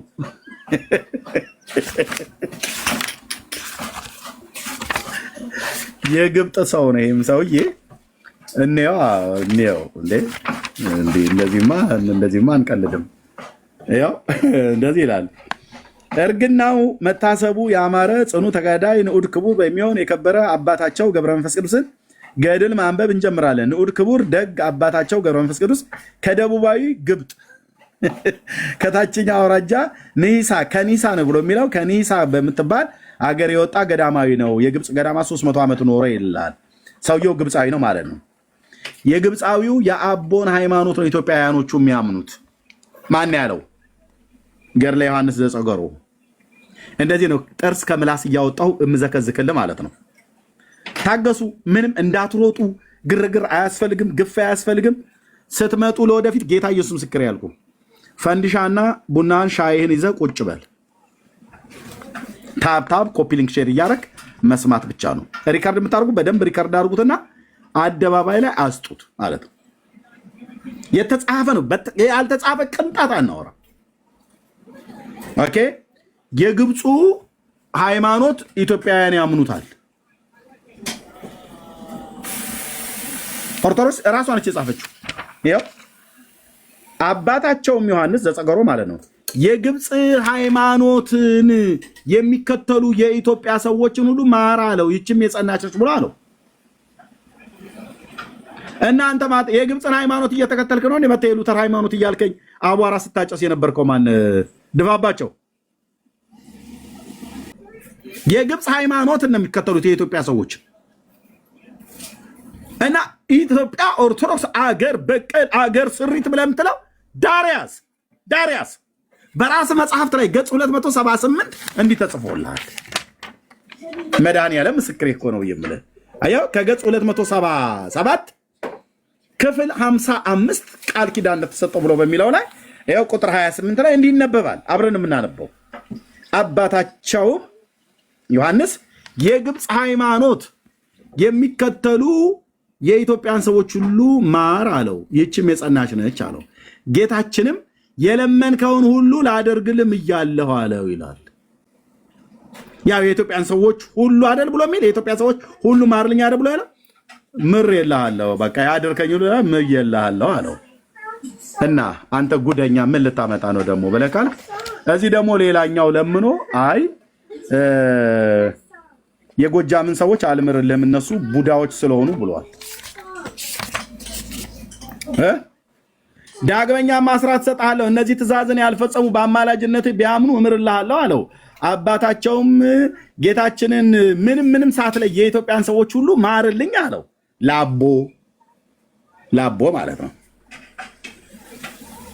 አቦ ማርልኝ ምንም ሰዓት ላይ ምንም የኢትዮጵያ ሰዎች በሙሉ አማራ፣ ኦሮሞ፣ ትግሬ፣ ጎንደሬ፣ ከምባታው ላይ ተሃድያ ሳትል በሙሉ ማርልኝ አለው እና ማርልኝ ብሎ ሲለው ጌታችንም እስከ ጊዮን ዳርቻ ድረስ እምርልሃለሁ አለው። ጊዮን የተባለው ማን ነው? አባይ። ጻፍ፣ ማስታወሻ እያስክ ብራዘርዬ፣ ተናገር። እውነቱን ነው። ቤቱ በስጋ ሞቅታ የምናወራ መስሎ ነው። ከገባን ከጀመርን ጊዜ ጀምሮ እስከምንጨርስ ድረስ ስድብ ተሳድበን አይደለም የምንወጣው። እዚህ ቤት መጽሐፍት ነው የሚገለጠው። ገድላትም ቢሆን መጽሐፍ ቅዱስም ይገለጣል አልኩ። እላህ ላይ እንገልጠዋለን። መድኃኒዓለም ምስክሬ ስልህ እንገልጠዋለን። ህይወትህን ሁሉ ምስቅልቅል እስኪል ድረስ ማለት ነው። የምትኮራባቸው መጽሐፍቶች አፍረህባቸው አንገት ደፍተህ ትወጣለህ። እሺ አባቶች ብለህ የምትላቸው ጻድቃኖች እየተመረመሩ እኮ ነው። ጥርስ ከምላሳቸው እያወጣን እየመረመርን ነው። ምንም በእርጋታ ማለት ነው። በእርጋታ ምንም ላብ በላብ አንሆንም። ተረጋግተን ቡና እየጠጣን እግርን ስትሬች እያርቅ ማለት ነው። ማርልኝ አለው። የኢትዮጵያን ሰዎች ሁሉ ማርልኝ ሲለው ጌታችንም እስከ ጊዮን ዳርቻ ድረስ እምርልሃለሁ አለው። አባታቸውም ገብረ መንፈስ ቅዱስ ጌታችንን በጊዮን መካከል ያሉ የጎጃምን ሰዎች ለምን ትለይብኛለህ? የጎጃምን ሰዎች ለምን ትለይብኛለህ? ጊዮን ማለት አባይ ነውና ለምን የጎጃምን ሰዎች ትለይብኛለህ? እነሱንስ አትምራቸውም አለው። ጌታም አዎ አልምራቸውም። የጎጃም ሰዎች አይማሩም? አዎ ለምን? ቡዳ ናቸው ይልሃል መጽሐፉ። አቤት እዘረግፈዋለሁ ስለ መድኃኒዓለም ምስክሬ አነብላለሁ። ሰውን በእግዚአብሔር መልክና አምሳል የተፈጠረውን ሕዝብ ወደ ዝንጀሮ፣ ወደ ጦጣ፣ ወደ ከርከሮ፣ ወደ አይጥ ይቀየራሉ ተብሎ ነው የተጻፈው። ጎጃም መርጦ ለማርያሙን ዲማ፣ ቀራኒዮውን ቢቸና፣ ዱር ቤቴውን ኮሶበር ዳንግላውን ዋቴቨር አማኑኤል፣ ደንበጫውን አዲስ ቅዳም፣ ደጀኑን ሉማሜ በሙሉ ጎጃም ምንድነው አይማርም አልምራቸውም ብሏል።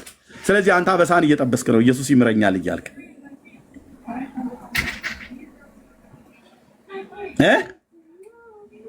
ኑ እስኪ ግቡ አስተባብሉ። ኦርቶዶክሳውያን አስተባብሉ።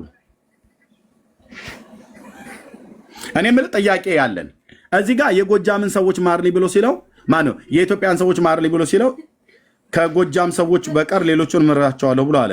እዚህኛው ላይ ግን ዮሐንስ ዘጸገሮ ደግሞ የኢትዮጵያን ሰዎች ሁሉ ማርልኝ ብሎ ሲለው ጌታችን የለመንከውን ሁሉ ላድርግ ምዬልሃለሁ ብሎ አለው ይላል። ማለት ልዩነት ሳያደርግ እንደማረለት ተደርጎ እዚህ ጋር ተጽፏል። እዚህኛው ላይ ግን ልዩነት ተደርጎ የጎጃምን ሰዎች ጥያቄ ውስጥ ከተዋል ማለት ነው።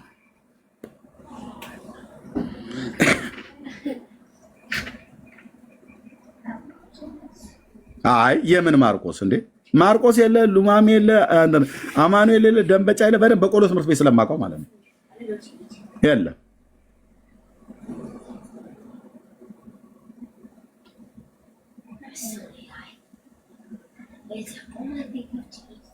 ማን ነው ዘመን ካሳ የሚባል ማን ነው ያለው? የት አለ? ማን ነው አስገባው ብላችሁ አላችሁ? ሰው አለ መግባት የሚፈልግ? እሺ መግባት የሚፈልግ ሰው ካለ ገስት ይላክልኝ፣ አስገባዋለሁ። ከገስት ላይ ያላችሁ ሰዎች ወረዱ ፕሊስ። እኔ ምንም ላትሰሩ ገስት የምትልኩ ሰዎች ለምን እንደሆነ አይደሉ። ብሎክ ሳረጋችሁ በውስጥ መስመር ትመጡና ብሎክ ተደረግን ትላላችሁ። ከዚህ ቤት ዝም ብለህ መታ አሁን ሰው እንዲቀመጥ አልፈልግም። ኦኬ የት አለ?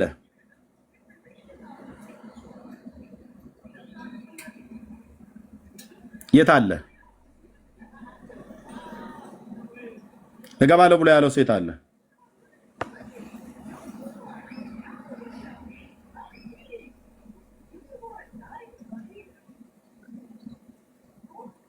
የለም። ስለዚህ በኦርቶዶክስ ተዋሕዶ ቤተክርስቲያን ለዚህኛው ጻድቅ ለተባለው ለአቦ ከጎጃም ሰዎች በቀር ሌሎቹን እምርልሃለሁ ብሎ ሲለው፣ ለዚህኛው ግን ዮሐንስ ጨጌ ዘጸገሮ ለሚባለው ኢትዮጵያን በሙሉ ማርልኝ ብሎ ሲል ጌታችን የሚለምንከኝን ሁሉ አድርግ ምዬልሃለሁ አለው ይላል። አልተምታታም? አልተምታታም ወይ?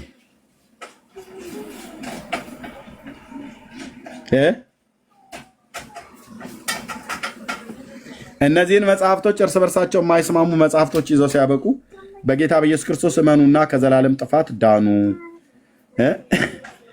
ጌታን ሳታውቁ አትሙቱ ብለን ስንል ከሊቅ እስከ ደቂቅ ለመንጫጫት ይሞክራሉ። ተንጫጩ። ጥሩ የመንጫጫት ዘመን ይሆንላችሁ። ውሸትን ውሸት፣ እውነትን እውነት መሆኑን ገልጠን ለትውልድ እናሳያለን።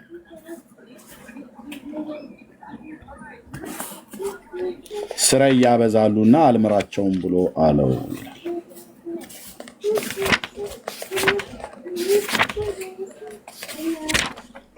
ስራ ማብዛት ብቻ ሳይሆን እራሳቸውን እየቀየሩ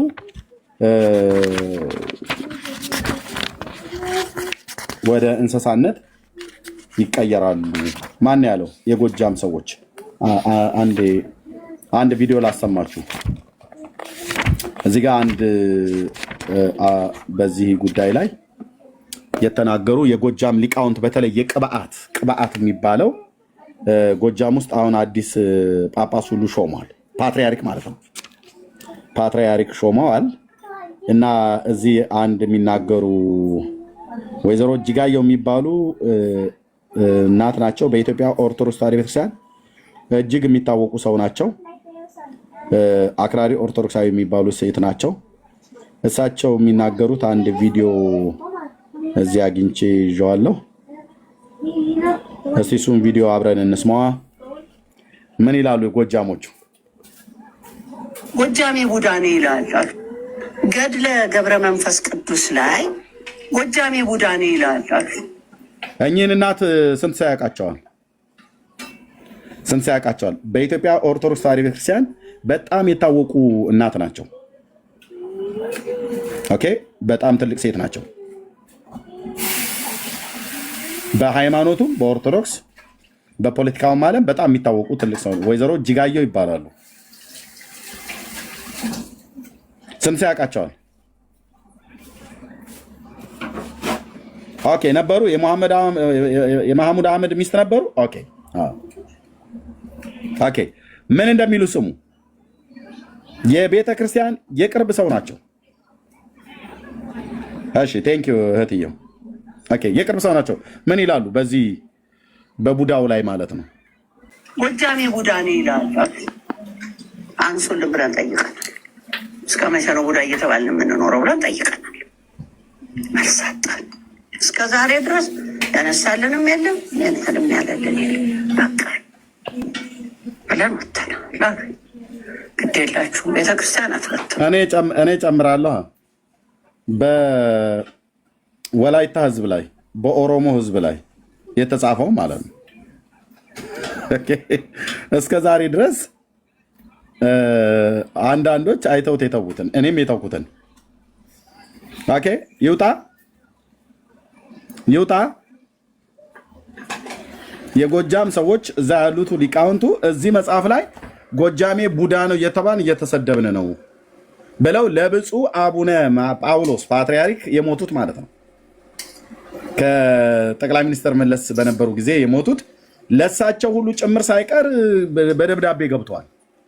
ጎጃሜ ቡዳ ነው እየተባለ በመጽሐፍቶቻችን ላይ እስከ መቼ ነው ቡዳ እየተባልን እየተሰደብን የምንኖረው? ከዚህ መጽሐፍት ላይ አንሱልን ብለዋል።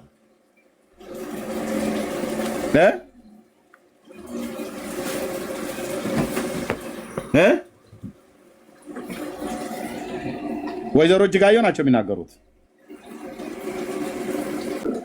ወይ ሌላ ሃይማኖት ከሆነ አንድ ነገር ነው። በኢትዮጵያ ኦርቶዶክስ ተዋሕዶ ቤተክርስቲያን ግን አንድ ፓትርያርክ ነው ያለው።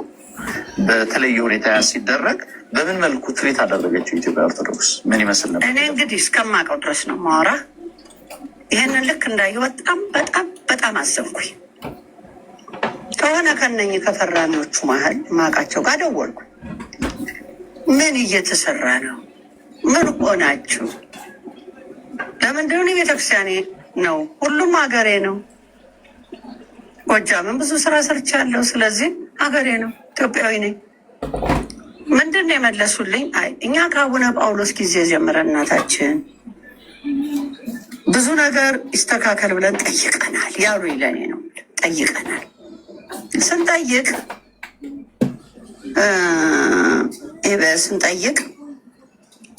እስቲ እንትኑ ሁሉ ሰጡኝ። አንቀጹን ምኑ እንደውም ይዤ መምጣት ነበረብኝ። እሱንም ገድለ ገብረ መንፈስ ቅዱስ ላይ ጎጃሜ ቡዳ ነው ይላል። አንሱልን ብለን ጠይቀናል። እስከ መቼ ነው ቡዳ እየተባልን የምንኖረው ብለን ጠይቀናል። መልስ አጣን። እስከ ዛሬ ድረስ ያነሳልንም የለም ያንተንም ያለልን በቃ ብለን ወተናል። ግድ የላችሁም ቤተክርስቲያን አትበትኗት። ለዚህ ነው ጎጃም ላይ አዲስ ሃይማኖት የተጀመረው ማለት ነው። ቅባት ብሎ የሚለው ከኢትዮጵያ ኦርቶዶክስ ተዋሕዶ ቤተክርስቲያን ራሱን ችሎ የወጣ ፓትርያርክ ሾመዋል። ባይዘዌ ልብ በሉ። ፓትርያርክ ማለት ልክ እንደ ብፁዕ አቡነ ማትያስ ማለት ነው። በአንድ ሀገር ውስጥ ሁለት ፓትርያርክ መኖር የለበትም። የብፁዕ አቡነ መርቆሬዎስ አሜሪካ ሀገር የነበሩት ጠቅላይ ሚኒስትር አብይ ወደ ኢትዮጵያ ያስገባቸው አሁን በባለፈው የሞቱት ማለት እሳቸው ሳይሞቱ ነበር። ያው ፖለቲካውም ጭምር የተበጠበጠ ስለሆነ ጳጳስ ሳይሞት ነበር ጳጳስ የተሾመው እና ብፁዕ አቡነ መርቆሬዎስ በሕይወት እያሉ እሳቸው ለደርግ ያደላሉ ተብሎ ወያኔ ኢህአዴግ በመጣ ሰዓት ላይ ብፁዕ አቡነ መርቆሬዎስ በነ ጠቅላይ ሚኒስትር ታምራት ላይኔ በኢህአዴግ ማለት ነው ደብዳቤ ከስልጣናቸው ላይ ተባረሩ። እሺ ፖለቲካ ውስጥ ማለት ነው። ብፁዕ አቡነ መርቆሬዎስ በዚህ ምክንያት ነው ተሰደው ወደ አሜሪካ ሀገር የገቡት። በዚያን ጊዜ ጠቅላይ ሚኒስትሩ ታምራት ላይኔ ነበር፣ ፕሬዚዳንቱ መለስ ዜናዊ ነበር። ተባረው ገቡ ማለት ነው። እሳቸው በህይወት እያሉ ሳይሞቱ ነው ብፁዕ አቡነ ጳውሎስ በስልጣን ላይ የተቀመጡት ማለት ነው። ኦኬ ይህን ምን ያሳያል? ይመጡና እዚህኛ ጋር ሐዋርያዊ ሰንሰለቷን ጠብቃ ከመንበረ ማርቆስ ሐዋርያዊ ሰንሰለቷን ጠብቃ የመጣች ቅድስት ቤተክርስቲያን ይለዋል። እውነት? አዎ እንዴታ ይለዋል። ምኗን ጠብቃ? ሐዋርያዊ ሰንሰለቷን ጠብቃ። ቅዱስ ጴጥሮስ ለመንፈሳዊ ልጁ ለማርቆስ፣ ማርቆስ ደግሞ ከዛ እያለ መጥቶ አሁን ብፁዕ አቡነ ማትያስ እጅ ላይ ያለው የፕትርክና ስልጣን የሐዋርያቱ ስልጣን ነው ይላል። እውነትህን ነው። እኔ ፊት አታምታታም ወንድም ማለት የፖለቲካ እጅ የገባበት ፕትርክና ሁሉ ጭምር ነው። በብፁዕ አቡነ ማትያስ ብቻ ነው የጀመረው አይደለም። በብፁዕ አቡነ ጳውሎስ ብቻ ነው የጀመረው አይደለም።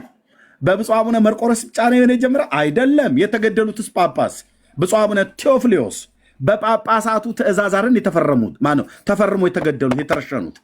በደርግ በመንግስቱ ማለት ነው። እናስ ቆንጅዬ ፖለቲካ ሁሉ ጭምር እጁ ያለበት ነው ማለት ነው። እና ትመጣና እኛ ቀጥታ የሆነች ሐዋርያዊ ቅብብሎሿን ይዛ ስትወርድ ስትወራረድ የመጣች ቤተክርስቲያን የሐዋርያቱ በትር ስልጣኑ እኛ ጋ ነው።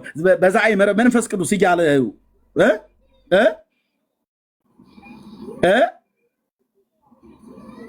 ይህንን ምንም የማያቀዝ ፊት ትለዋለህ፣ እኔ ፊት ግን አትለውም። መድኃኔዓለም ምስክሬ እኮ ነው ብዬ የምልህ ጳጳሱ የተገደሉበትን ፊርማውን ሁሉ ጭምር አወጣልሃለሁ።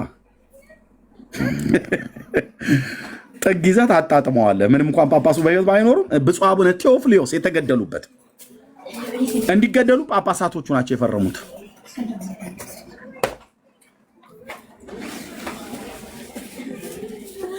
እና ፖለቲካውን የሚዘውረው ነው ብዬ የምልህ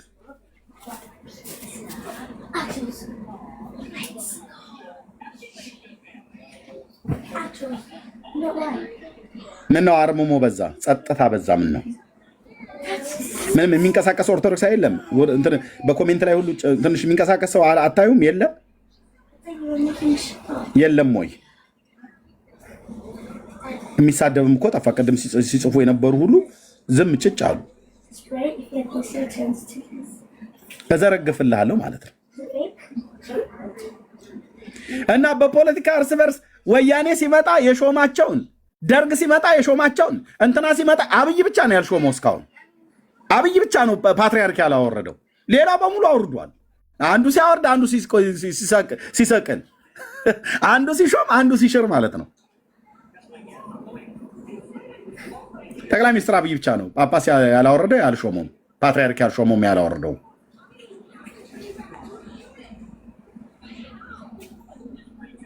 ዝምታ ሆነ ጸጥታ አካባቢው ላይ ምን መጣ? ምን ነው ዝም አላችሁ? ኦርቶዶክሳውያን ወገኖች ቢሃይንድ ባይ የምትሰሙት ተደብቃችሁ እንደ ኒቆዲሞስ ጠግ ይዘህ የምትሰማው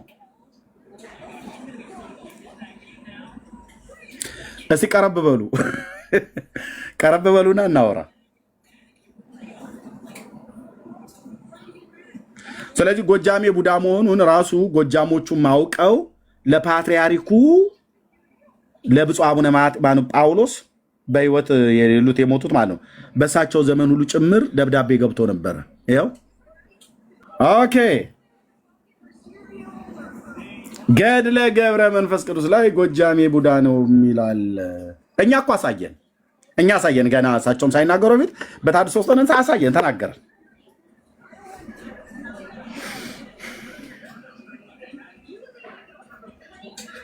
አሁን ለዚህ መጽሐፍ ነው የምትከራከሩት? የጎጃምን ሰዎች አልምራቸውም ነው ያለው ጌታችን ኢየሱስ ክርስቶስ። ለዚህኛው ጻድቅ ብላችሁ ለምትሉት ቃል ኪዳን ሲገባለት፣ ለዚህኛው ጻድቅ ደግሞ የኢትዮጵያን ሰዎች ሁሉ ማርሊ ብሎ ሲለው፣ አንደኛ የኢትዮጵያ ሰዎች የሚያምኑት የምንን ሃይማኖት ነው አለ? የግብፅ። እስኪ የግብፅ እያላችሁ ጻፉ።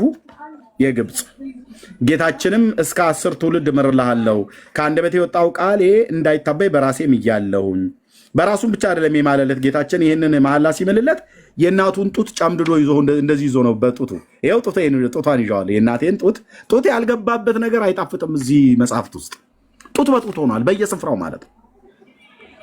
ጡት ይዞ ጌታችን ኢየሱስ ክርስቶስ እንዳትከዳኝ በኋላ እንደ ሀሳብህን እንዳትቀይር ተብሎ ማለት ነው። እና ጡትን የእናትህን ጡት ይዘህ ማልሊ ብሎ ሲለው የእናቱ አሳይሻለሁ እታለምዬ የእናቱን ጡት ይዞ ማለለት። ይህንንም ብሎ እናቱን አመጣለት፣ ጡቶቿንም ይዞ በጡቶቿ ማለለት ይላል። ቀድሞ ከሰጠው ቃል ኪዳን ጀምሮ ከሞቱት እስከ ቃል ኪዳን ድረስ እንዳይታበል እንዳይዋሽ ማለት ነው። ኢየሱስ እንዳይዋሽ ለጠገሮ ነው ለጠግረሮ ለእሱ ቃል ኪዳን ሲገባለት የቀድሞውንም የገባለትን ቃል ኪዳን የአሁኑንም ቃል ኪዳን ሲገባለት የእናትን ጡት ይዘህ ጭብጥ አድርገህ ይዘው ማልልኛል። እኛ እንኳን ባላገሮቹ ገጠር ስንማማል እጄን ምታይ ቅዱስ ሚካኤልን በል እያልን ነበር ብለን እንል የነበረው። ቃሉ ምን እንዳይል ቃል ኪዳኑ እንዳይታበል እንዳይዋሽ ኢየሱስ እንዳይዋሽ የእናቱን ጡት ይዞ ማለለት። ሲምልለት ለዚህኛው ሰውዬ የጎጃምን ሰዎች አልምርልህም ቡዳ ናቸው ብሎ ያለውን ለዚህኛው ግን በሙሉ ምሬልሃለሁ አለው ይላል።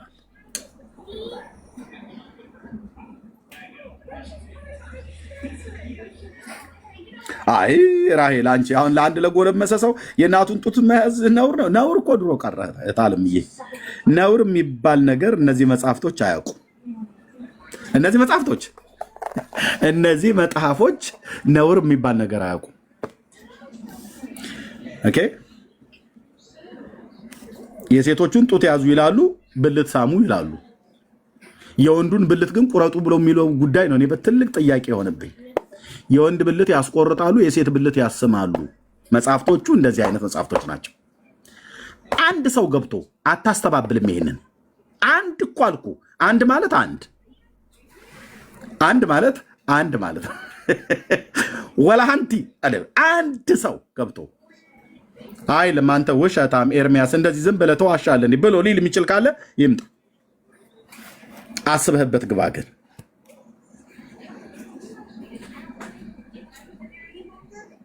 የወንዶቹ ምን በወጣው ነው የሚቆረጠው? የወንዶቹን ቁረጦ የሴቶቹን ሳሙ የሚባልበት ነገር ገጽ እኮ በገለጥን ቁጥር ብልት ነው።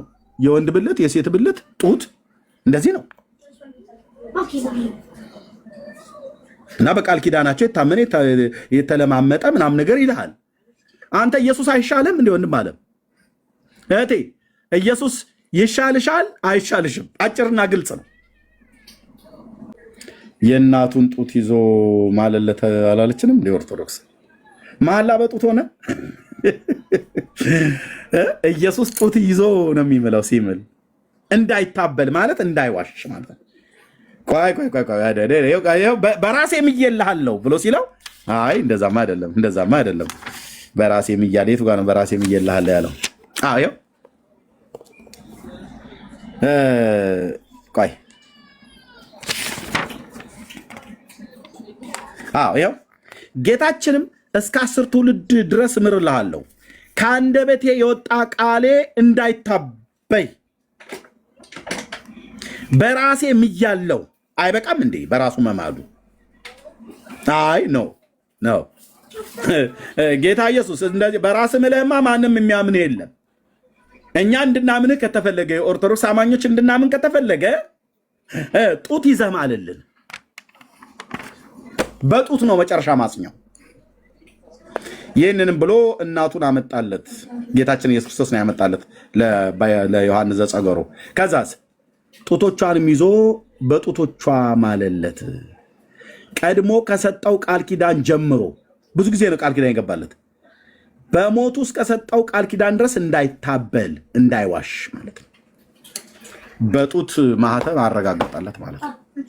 ይሄ ዮሐንስ ዘጸገሮ የሚባለው ሰውዬ ያው መሞት አይቀርምና በታሪክ ውስጥ ገደሉት፣ ሞተ ማለት ነው።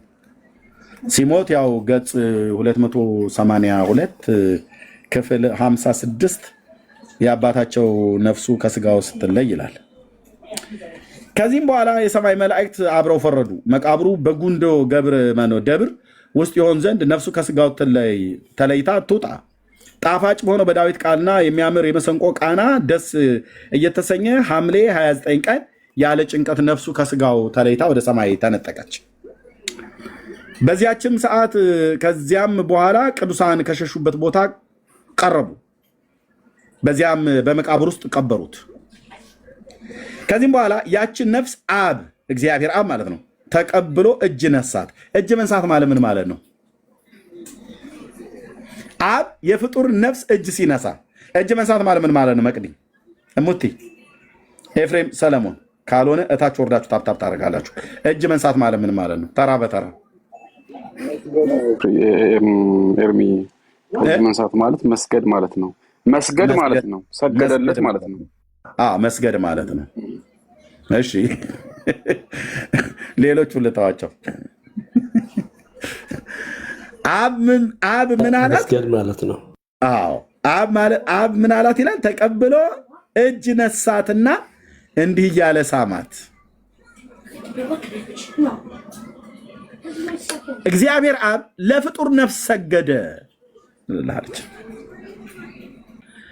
አብ ተቀብሎ እጅ ነሳትና እንዲህ እያለ ሳማት፣ ነፍሱም ማለት ነው። የዮሐንስ ዘጸገሮን በዲላሶር ላይ እንዳሳደርኩሽ እንዲሁ በንጽህና አለሽ። ወልድም ተቀብሎ ሳማት። አብ ብቻ አይደለም የሳማት፣ ወልድም ተቀብሎ ሳማት። መንፈስ ቅዱስም ተቀብሎ በሶስትነቱ ሳማት። እየተቀባበሉ ነው የሳሟት። ማንን? የዮሐንስ ዘጠገሮ ነፍስን ማለት ነው። አብ ግን እጅ ነስቷታል።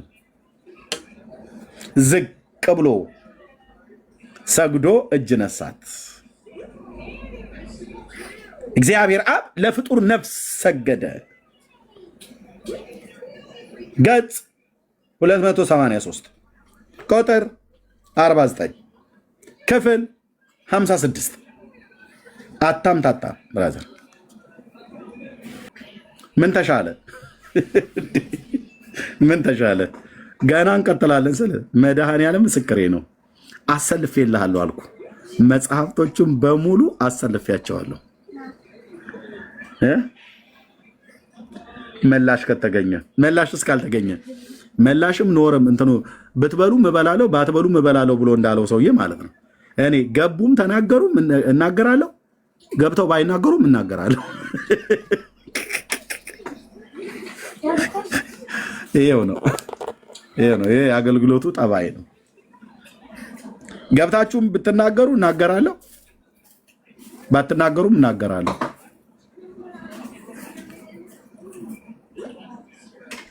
አብ የሰገደላት ነፍስ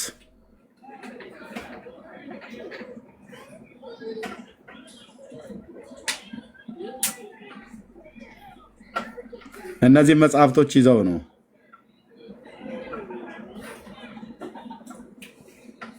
እኛ የጥንት ነን፣ ንጽሕት ነን፣ እንከን የለብንም።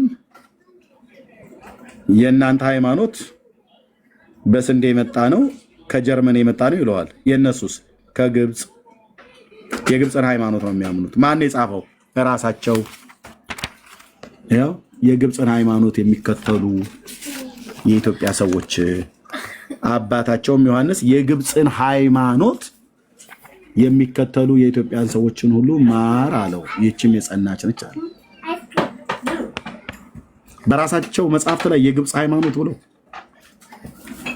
ኦርቶዶክስነት ማለት የግብፃውያን ሃይማኖት ነው ማለት ነው። የኢትዮጵያውያን ሃይማኖት ሳይሆን የግብፃውያን ሃይማኖት ነው። የግብፃውያንን ሃይማኖት ኢትዮጵያውያኑ ገንዘብ አድርጉት ነው። እና ታዲያ የራሳቸውን ይዘው ለምንድነው ሁሉ ቀን ሉተር ከተር ብለው የሚሉን? እሳተ ገሞራ ላይ የመጣድ ያህል ነው። ነዲዱ የበዛ ማለት ነው። ኤርታሌ መግባት ያህል ነው እዚህ መግባት።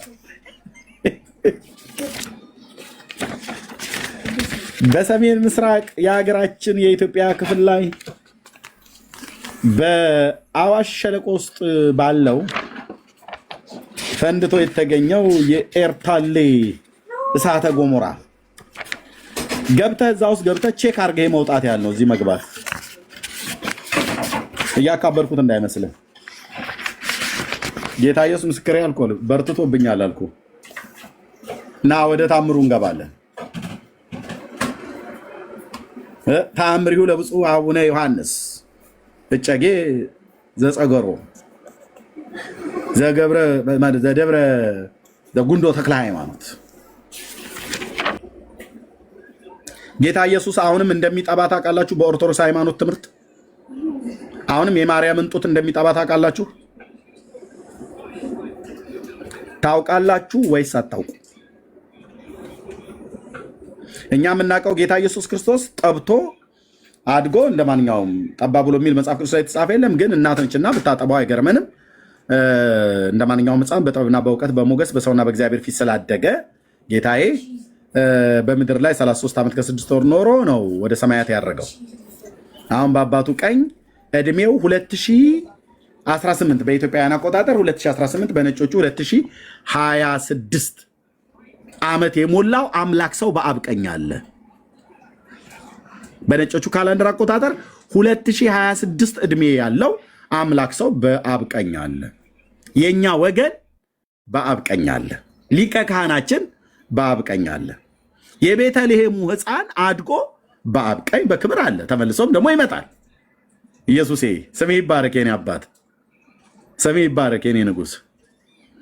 ኦኬ አሁን በአባቱ ቀኝ ነው እንጂ የተቀመጠው በእናቱ እቅፍ ላይ የተቀመጠ ጡት እየጠባ የምታየው ሕፃን የለም። ኦርቶዶክስ ቤተክርስቲያን ግን ትላለች። ታምር 2 ገጽ 328 ላይ በቁጥር 3 ላይ በዚያን ጊዜ በምስጋና ከፍ ከፍ አደረጉት፣ ያው ሰውየው ማለት ነው። ከዛስ በቀኝና በግራዋ ሚካኤልና ገብርኤል የሚጠብቋት የእመቤታችን የማርያምን ስዕል ተመለከተ። ትንሽም ሕፃንም ወተት እየጠባ በክንዷ ላይ ነበረ። ዛሬም አዎ ኤርሚያስ ምንም አታመጣም ነው የሚሉት።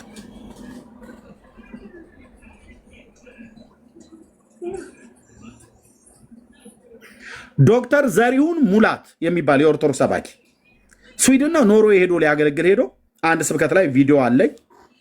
እዛ ስብከት ላይ ምን ይላል? እናቱ እመቤታችን እግዝእትነ ማርያም ልጇ እንደታቀፈች ልጇ እኮ ዛሬም እኮ ከቅፏ ላይ አይወርድም አለ ቃል በቃል። ዛሬም ከቅፏ ላይ ልጇ የማይወርድ ማርያም ብለህ ያልካት እሷ ማርያም አይደለችም። ዛሬም በቅፏ ላይ ታቅፈዋለች ብለህ ያልከው ኢየሱስ እሱ ኢየሱስ አይደለም። ደግመዋለሁ ይሄን ንግግር። ዛሬም በቅፏ ላይ አቅፋ ጡት ወተት እያጠባችሁ በክንዷ ላይ ነበረ ብለህ የምትለው ኢየሱስ እሱ ኢየሱስ አይደለም። ዛሬም በክንዷ ላይ አቅፋ ጡት ታጠባዋለች ብለህ የምትላትም ማርያም ማርያም አይደለችም።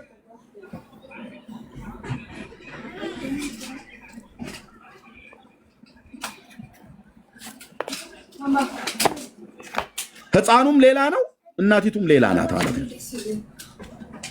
ሌላ ማለት ጣዖት ማለት ነው።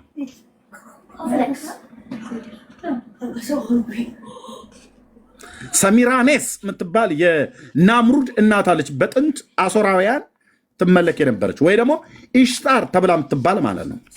የፍቅርና የጦርነት አምላክ ናት ተብላ ትባል ነበር። በጥንት አሶራውያን ትመለክ ነበር። ወይ ደግሞ በጥንት ኢራናውያን ፐርዥያ ማለት ነው አናሂታ ብለው ይጠሯታል።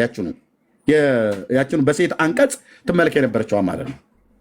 ወይ ደግሞ በጥንት ሮማውያን ዲያና ብለው ይጠሯት ነበር። ወይ ደግሞ በጥንት ግሪካውያን አርጤሚስት ብለው ይጠሯት ነበር። ወይ ደግሞ በጥንት እስራኤላውያን የሰማይ ንግስት ብለው ይጠሯት ነበር። ዛሬ ማርያም ተብላ የምትጠራዋ ማለት ነው። እነዚህ ስማቸው በአሕዛብ ሀገሮች በጠሯቸው በግሪክ፣ በአሶር፣ በፐርዥያ ኢራን ማለት ነው። እንደዚሁም በእስራኤል ጨምሮ በሮም እነዚህ ይመለኩ የነበሩት በሙሉ ልጇን ጡት ታጠባለች ብለው የሚል ነበር። ይሄ ልጇን ጡት ማጥባት የሚለው የአረማውያን አማልክት መድብል ላይ የተገኘ ነው። እንዴት ነው ዛሬም ኢየሱስ በአባቱ ቀኝ ተቀምጦ በክብር ሊመጣ ባለበት ወተት እየጠባ እያልክ ብለህ የምትለው አንተ?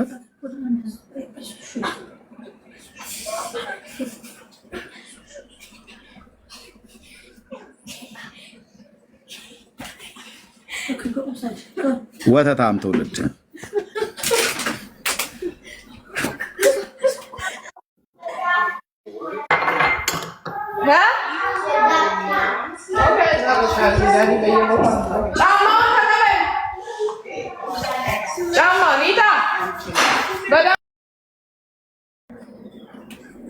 ኦኬ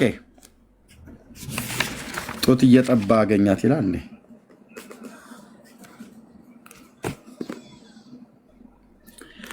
ይሄ የተክሌ እግር የተቆረጠ እና የቆረጠው ሰውዬ የሚናገርበት ክፍል ነው። ይቆየን ይቆየን። ይህን ክፍል ሙሉ ነው የምናየው። የተክሌን እግር የቆረጠው ሰውዬ መጨረሻ ምን እንደሆነ ማለት ነው። ይቆየን። ይህን ከገድለ ተክለ ሃይማኖት ጋር ነው አብረን የምናየው። የአቡነ ተክለ ሃይማኖትን እግር የቆረጠ ግለሰብ እዚህ ተገኝቷል።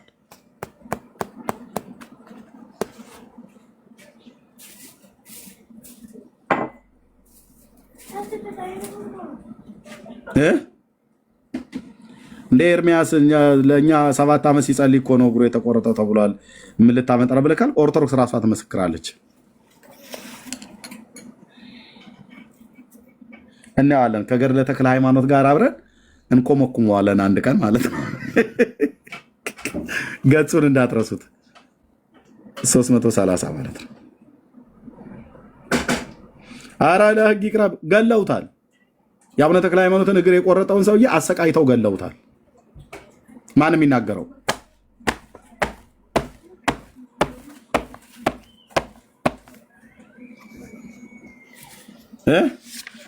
እጅ በእጅ እግር በእግር ተብሎ እንደተባለ እና ቆርጠውታል።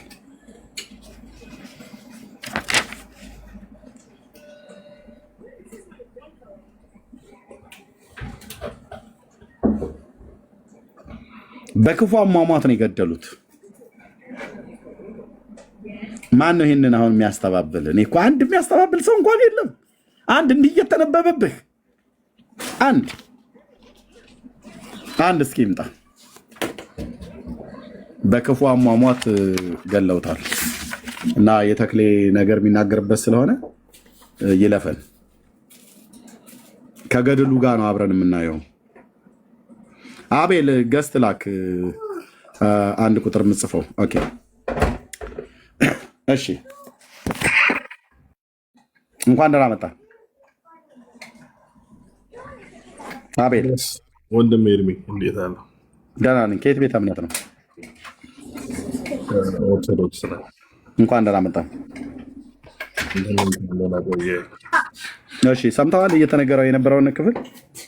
አዎ የኔ አንድ ጥያቄ ብቻ ነበር ከአክብሮት ከዝቅ ብዬ ጠይቄ የፈለኩት እንጂ ለተጠይቀው ጥያቄ መልስ ልሰጥ አይደለም። እሱም በቂ ከኔ የበለጠ ማስረዳት የሚችሉ ይገባሉ ብዬ አስባለሁ። ከኔ በተሻለ ማስረዳት የሚችሉ ይገባሉ። ለሱ የት አለ የገቡት? ምን ያህል ጊዜ ሆነ እዚህ ፔጅ ላይ ከገባህ? እኔ አሁን 2 ሰዓት ሆነኝ። 2 ሰዓት ከ7 ደቂቃ ሆነ። አንድ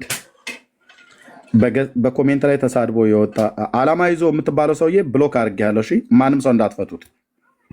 ኦኬ ቴንክ ዩ። በጣም ታግሻለሁ። በጣም ደጋግመህ ነው የምትልከው። ረብሻኛል። እሺ ማንም ሰው እንዳይፈታው እዚህ። ቴንክ ዩ። እና ወንድማችን እኔ 2 ሰዓት ከ7 ደቂቃ ተቀመጥኩኝ።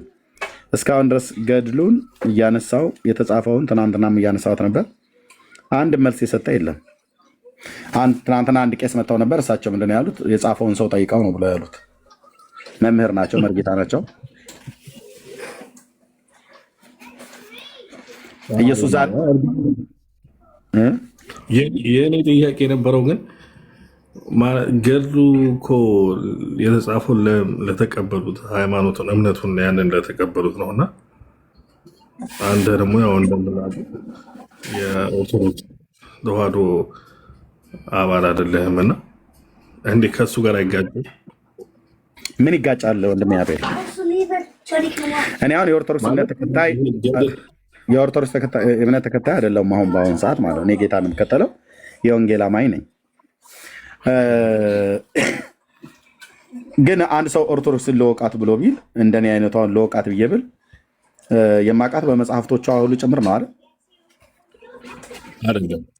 በምን እንደማውቃት መጀመሪያ ኦርቶዶክስ ተዋህዶ ቤተክርስቲያን ለማወቅ ከመጽሐፍ ቅዱስ ነው የምትጀምረው።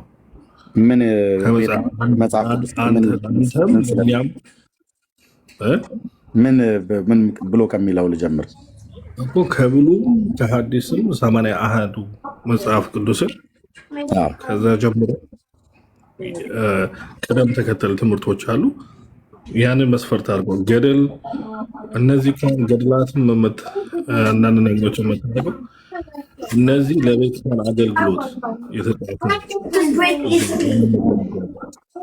ነው ለተቀበሉት ነው እና እንደ አንድ ዶክትሪን እኮ አይደለም።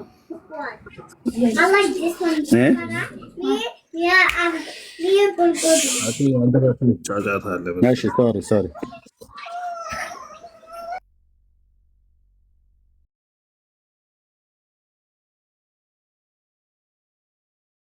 እሺ ይቅርታ ልጆች ስላሉ። እሺ ምንድን ነው ያልከኝ? ለተቀበሉት ነው እንጂ ለእናንተ አይሆንም ነው እያልከኝ ያለው። ወጣ። እሺ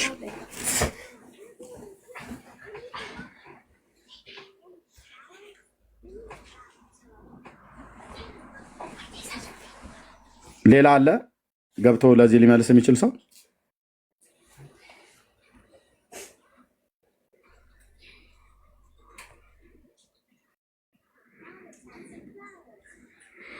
እሺ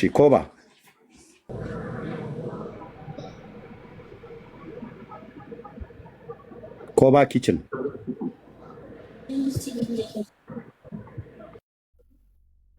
ሊቃውንቱ ዝም ሲሉ ከኪችን መጡ ነው እንግዲህ ምን ይደረግ።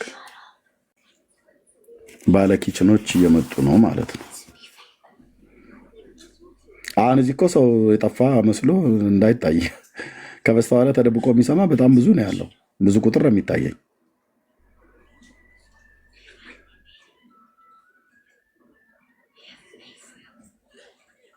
ከነማማሰያው ሊገቡበት ነው ማለት ነው እንግዲህ። ኪችን አካባቢ ማማሰያ አይጠፋምና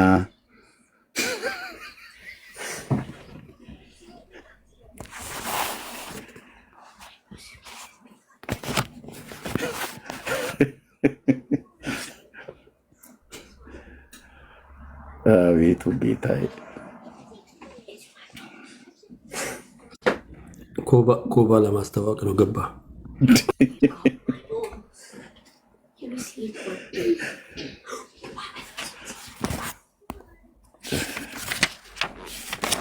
ኦኬ እሺ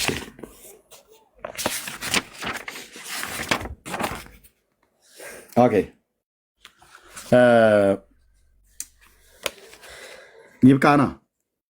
ይብቃን። በኋላ እንዳትቀሩ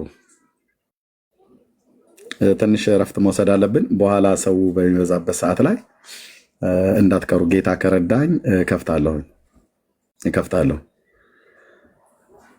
እስከ ዛሬ እንደውም በጣም አንብቤ ያስቀመጥኳቸው ወንድሞቼ እናቶቼ ማጋነን አይደለም፣ በጣም ብዙ መጽሐፍቶች አሉ። አንዳንዱ ሲነበብ መፈጠርህን ትጠላዋለህ፣ ራስህ ማለት ነው የምትሰማው ሰው።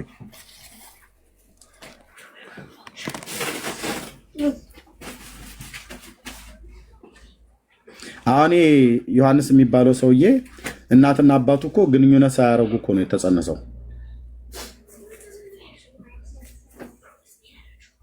አሁን ገድሉን እያነበቡ ነው ያለው ሰው ማለት ነው። እንዴት ነው አንዲት ሴትና አንድ ወንድ ግንኙነት ሳያደርጉ ልጅ የሚጸነሰው? እሱን የቤት ስራ ትጨልሃለሁ።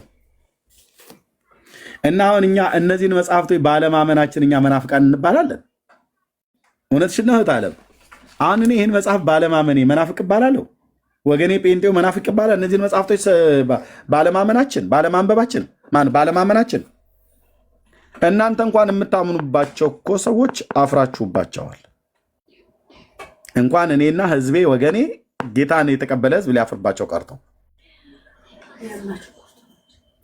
ልናፍርባቸው ቀርቶ ማለት ነው።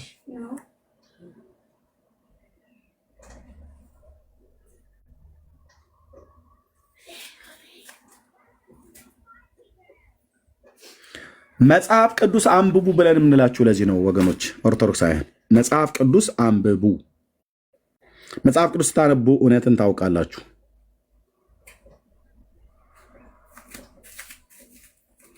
አንድ ኦርቶዶክሳዊ መጽሐፍ ቅዱስን ሳያነብ እንዴት ክርስቲያን ሊሆን ይችላል? አንድ ጴንጤ መጽሐፍ ቅዱስን ሳያነብ እንዴት ክርስቲያን ብሎ ሊል ይችላል? ማንም ሰው ክርስቲያን ብሎ የሚል በክርስቶስ ኢየሱስ በማመኑ ነው። አረ ክርስቲያን የሚባልበት ክርስቶስ ኢየሱስን ለማመን ደግሞ እነዚህ መጽሐፍቶች በማንበብ አይደለም የምታምነው ጌታን። ምክንያቱም እነዚህ መጽሐፍቶች ስለ ጌታ በጌታ በኢየሱስ ክርስቶስ በማመን እንድትድን አይነግሩም። ከዛ ይልቅ መቃብርና እነሱን ሰዎቹን ራሳቸው ስምህን የጠራ ሳይሆን ስሜን የጠራውን ማርልኝ፣ ስሜን አክብረው፣ ስሜን ከፍ ከፍ አድርገው እያሉ ነው የሚማጸኑት።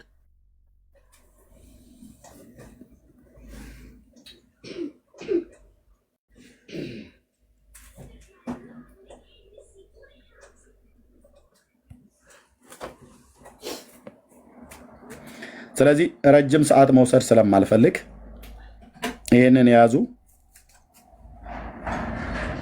ትሰማላችሁ። እድሜ ይስጣችሁ ማለት ነው። ኦኬ ትሰማላችሁ፣ እድሜ ይስጣችሁ። እኛ ጋር ተከፍቶ እስከምዘጋው ድረስ ያለ መረጃ አንዳች ነገር አናወራ። አንዲት ቃል አልኩ፣ አንዲት ቃል